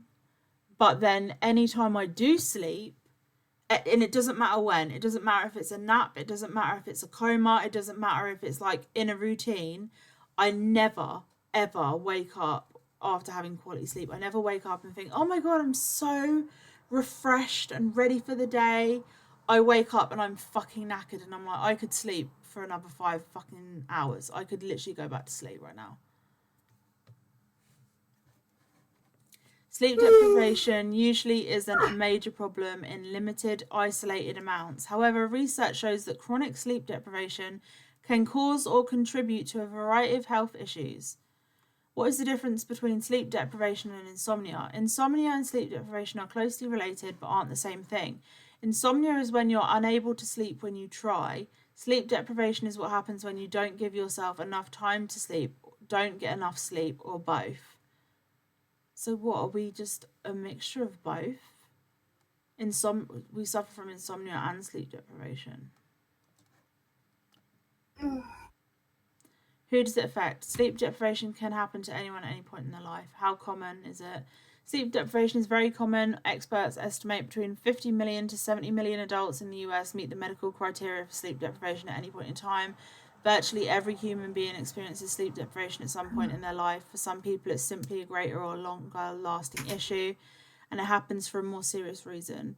How does the condition affect my body? Your body needs sleep to regenerate certain systems and carry out certain processes. To understand more about that, it helps to know a little more about the human sleep cycle. That cycle involves different stages of sleep. Those are stage 1, light sleep. This is a short stage, usually no more than 5% of your total sleep, which begins right after you fall asleep. I think this is what I get. Like, you know how I fell asleep for like an hour, half an hour to an hour earlier? Yes. I think as soon as that light sleep stage ended, that's when I woke up. As soon as I was about to go into deeper sleep, it was like, nope, you're awake. Mm-hmm.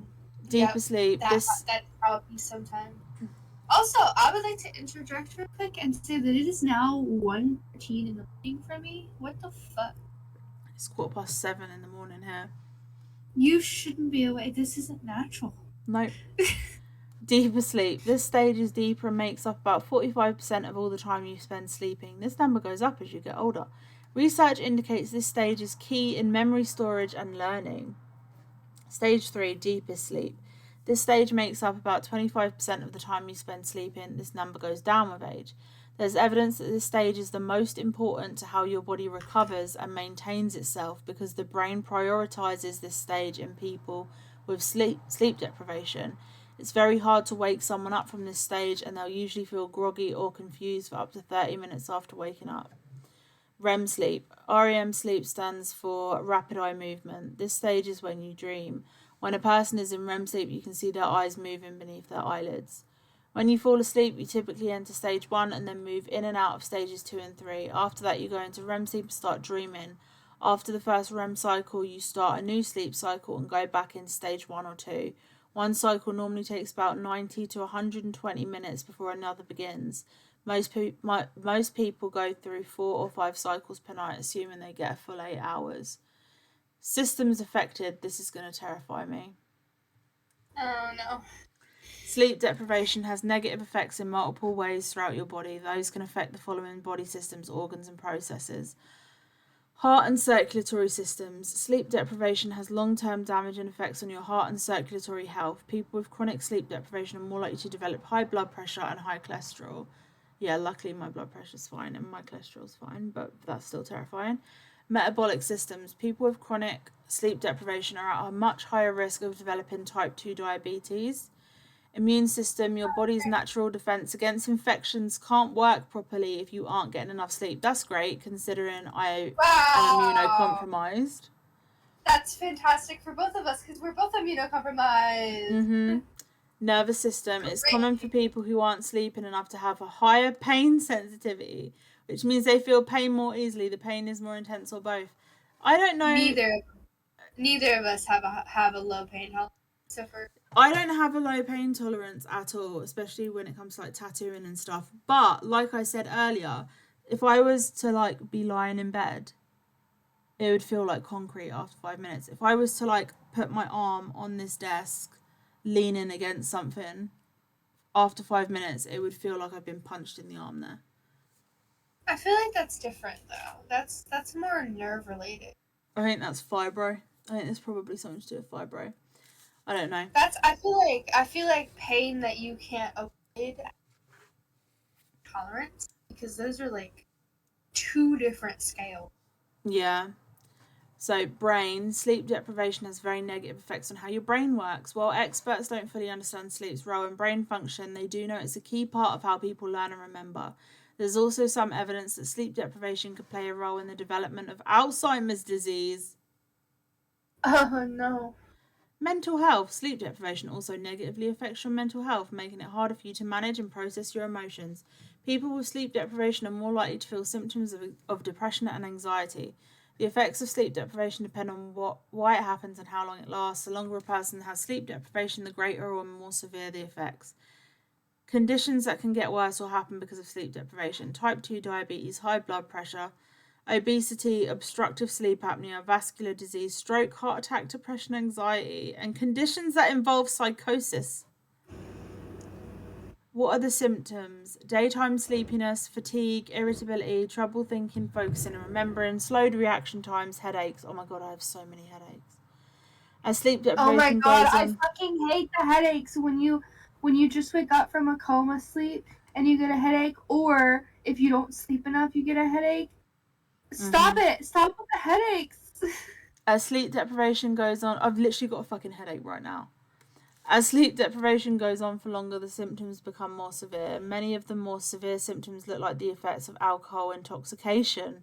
The severe symptoms of sleep deprivation include microsleeps, when a person briefly falls asleep for only 8 seconds before waking up, uncontrollable eye movements, trouble speaking clearly, drooping eyelids, hand tremors, visual and tactile touch-based hallucinations, impaired judgment, impulsive or even reckless behaviour.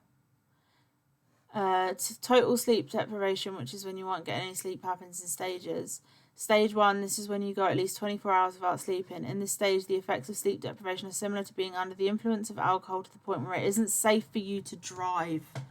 Oh my god. So basically, it would not be safe for me to operate a fucking vehicle right now. Stage 2, common symptoms of sleep deprivation intensify. Most people start to experience microsleeps in this stage and have trouble thinking or focusing. Stage 3, people in this stage start to show very severe symptoms like hallucinations. Wait, microsleep is like when you start nodding off, right? They may also struggle to communicate with people around them. Stage 4, the symptoms of sleep deprivation are at their most extreme. The above symptoms worsen to severe or extreme levels, hallucinations are common, and you struggle to tell what's real and what isn't. What causes sleep deprivation? Shift work, alcohol use, using stimulants like caffeine later in the day, bad sleep-related habits, high stress levels, sleeping in a new or unfamiliar place such as in a hotel, lack of quality sleep due to sleep apnea, degenerative brain disorders such as Alzheimer's or Parkinson's, mental health concerns, concussions or traumatic brain injuries, pain, insomnia, there we go, restless leg syndrome, parasomnias, disruptive sleep disorders such as night terrors, sleep paralysis, sleepwalking, and more. There we go. Medications such as corticosteroids, stimulants, and more. Short-term illnesses and infections such as the common cold and flu, and more. Mental health concerns. Mental health issues that can affect sleep include, but aren't limited to, are the following: anxiety, bipolar, depression, mania, panic disorder, got that, post-traumatic stress disorder, got that, and somnophobia, fear of sleep. Is it contagious? Oh my god, no. Insomnia is not contagious.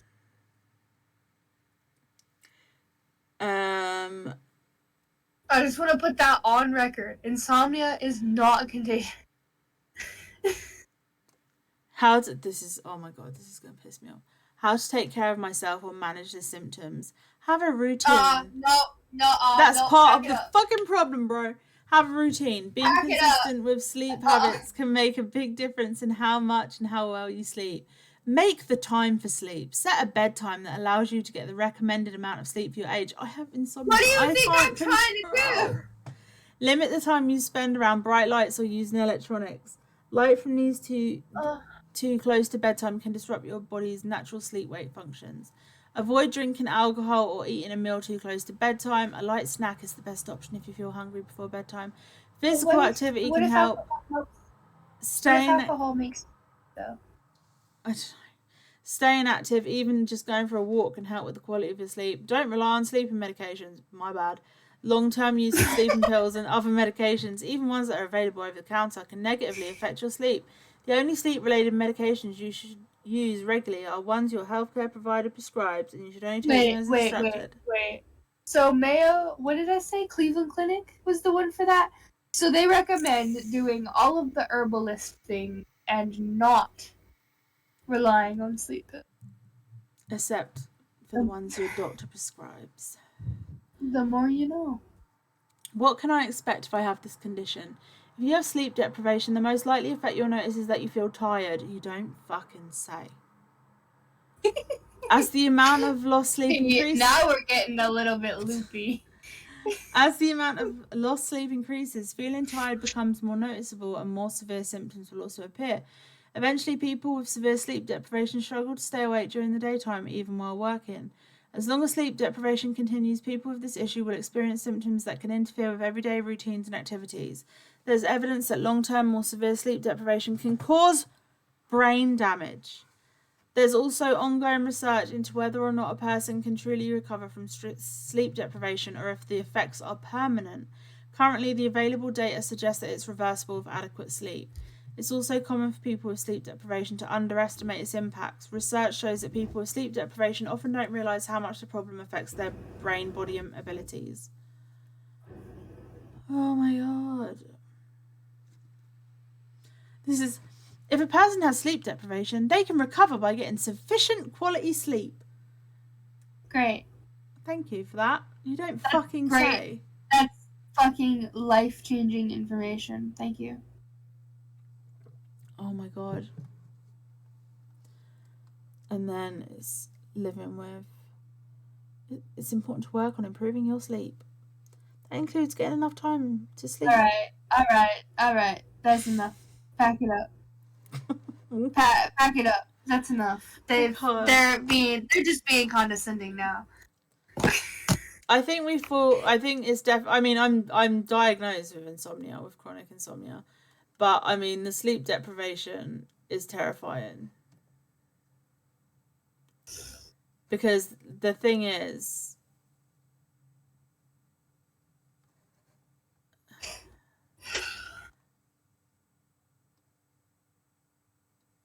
insomnia you can't control, but insomnia and sleep deprivation are closely related but aren't the same thing. Insomnia is when you're unable to sleep when you try. Sleep deprivation is what happens when you don't give yourself enough time to sleep or don't get enough sleep or both.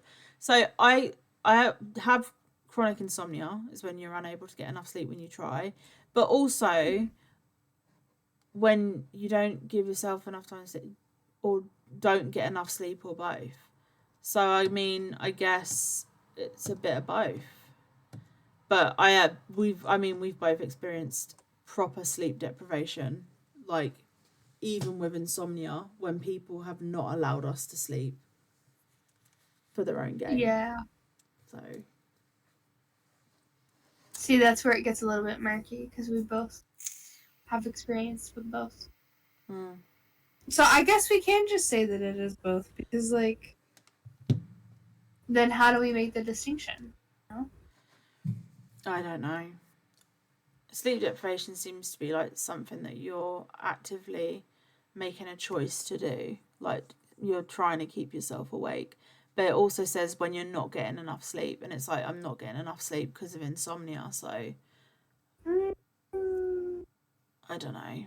But I do know what sleep deprivation feels like because we've both been there with a abusive person, so we are... That's, I mean, insomnia. So that is what we are dealing with right now. I've been dealing with it since 2011. Sage's been dealing with it since they were 10, 11? 10, yeah. And so it's fun. It's really fucking fun. I haven't fucking slept. I've had about 12 hours in a week in the last week. Tell a lie. It's Wednesday. So just over a week.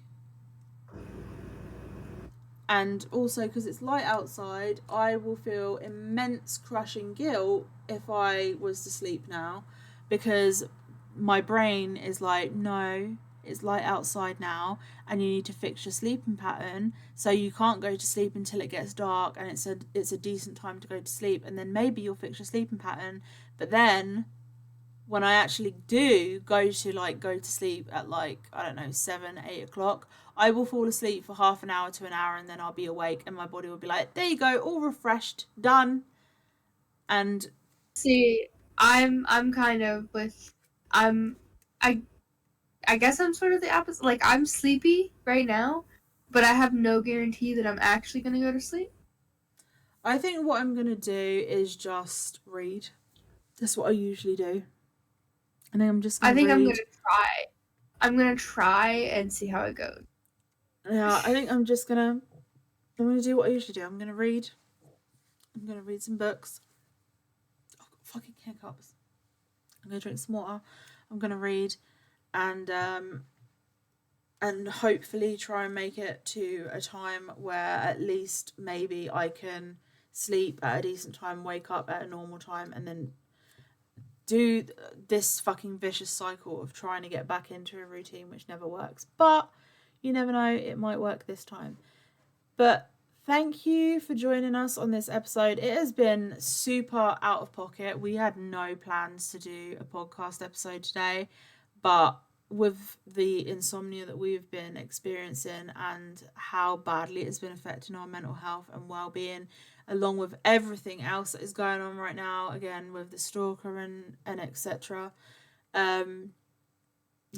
We haven't set up any kind of sponsors for today's video. I'm not going to be editing this. I'm literally uploading it as is. It's a long fucking episode. If you make it through, well done.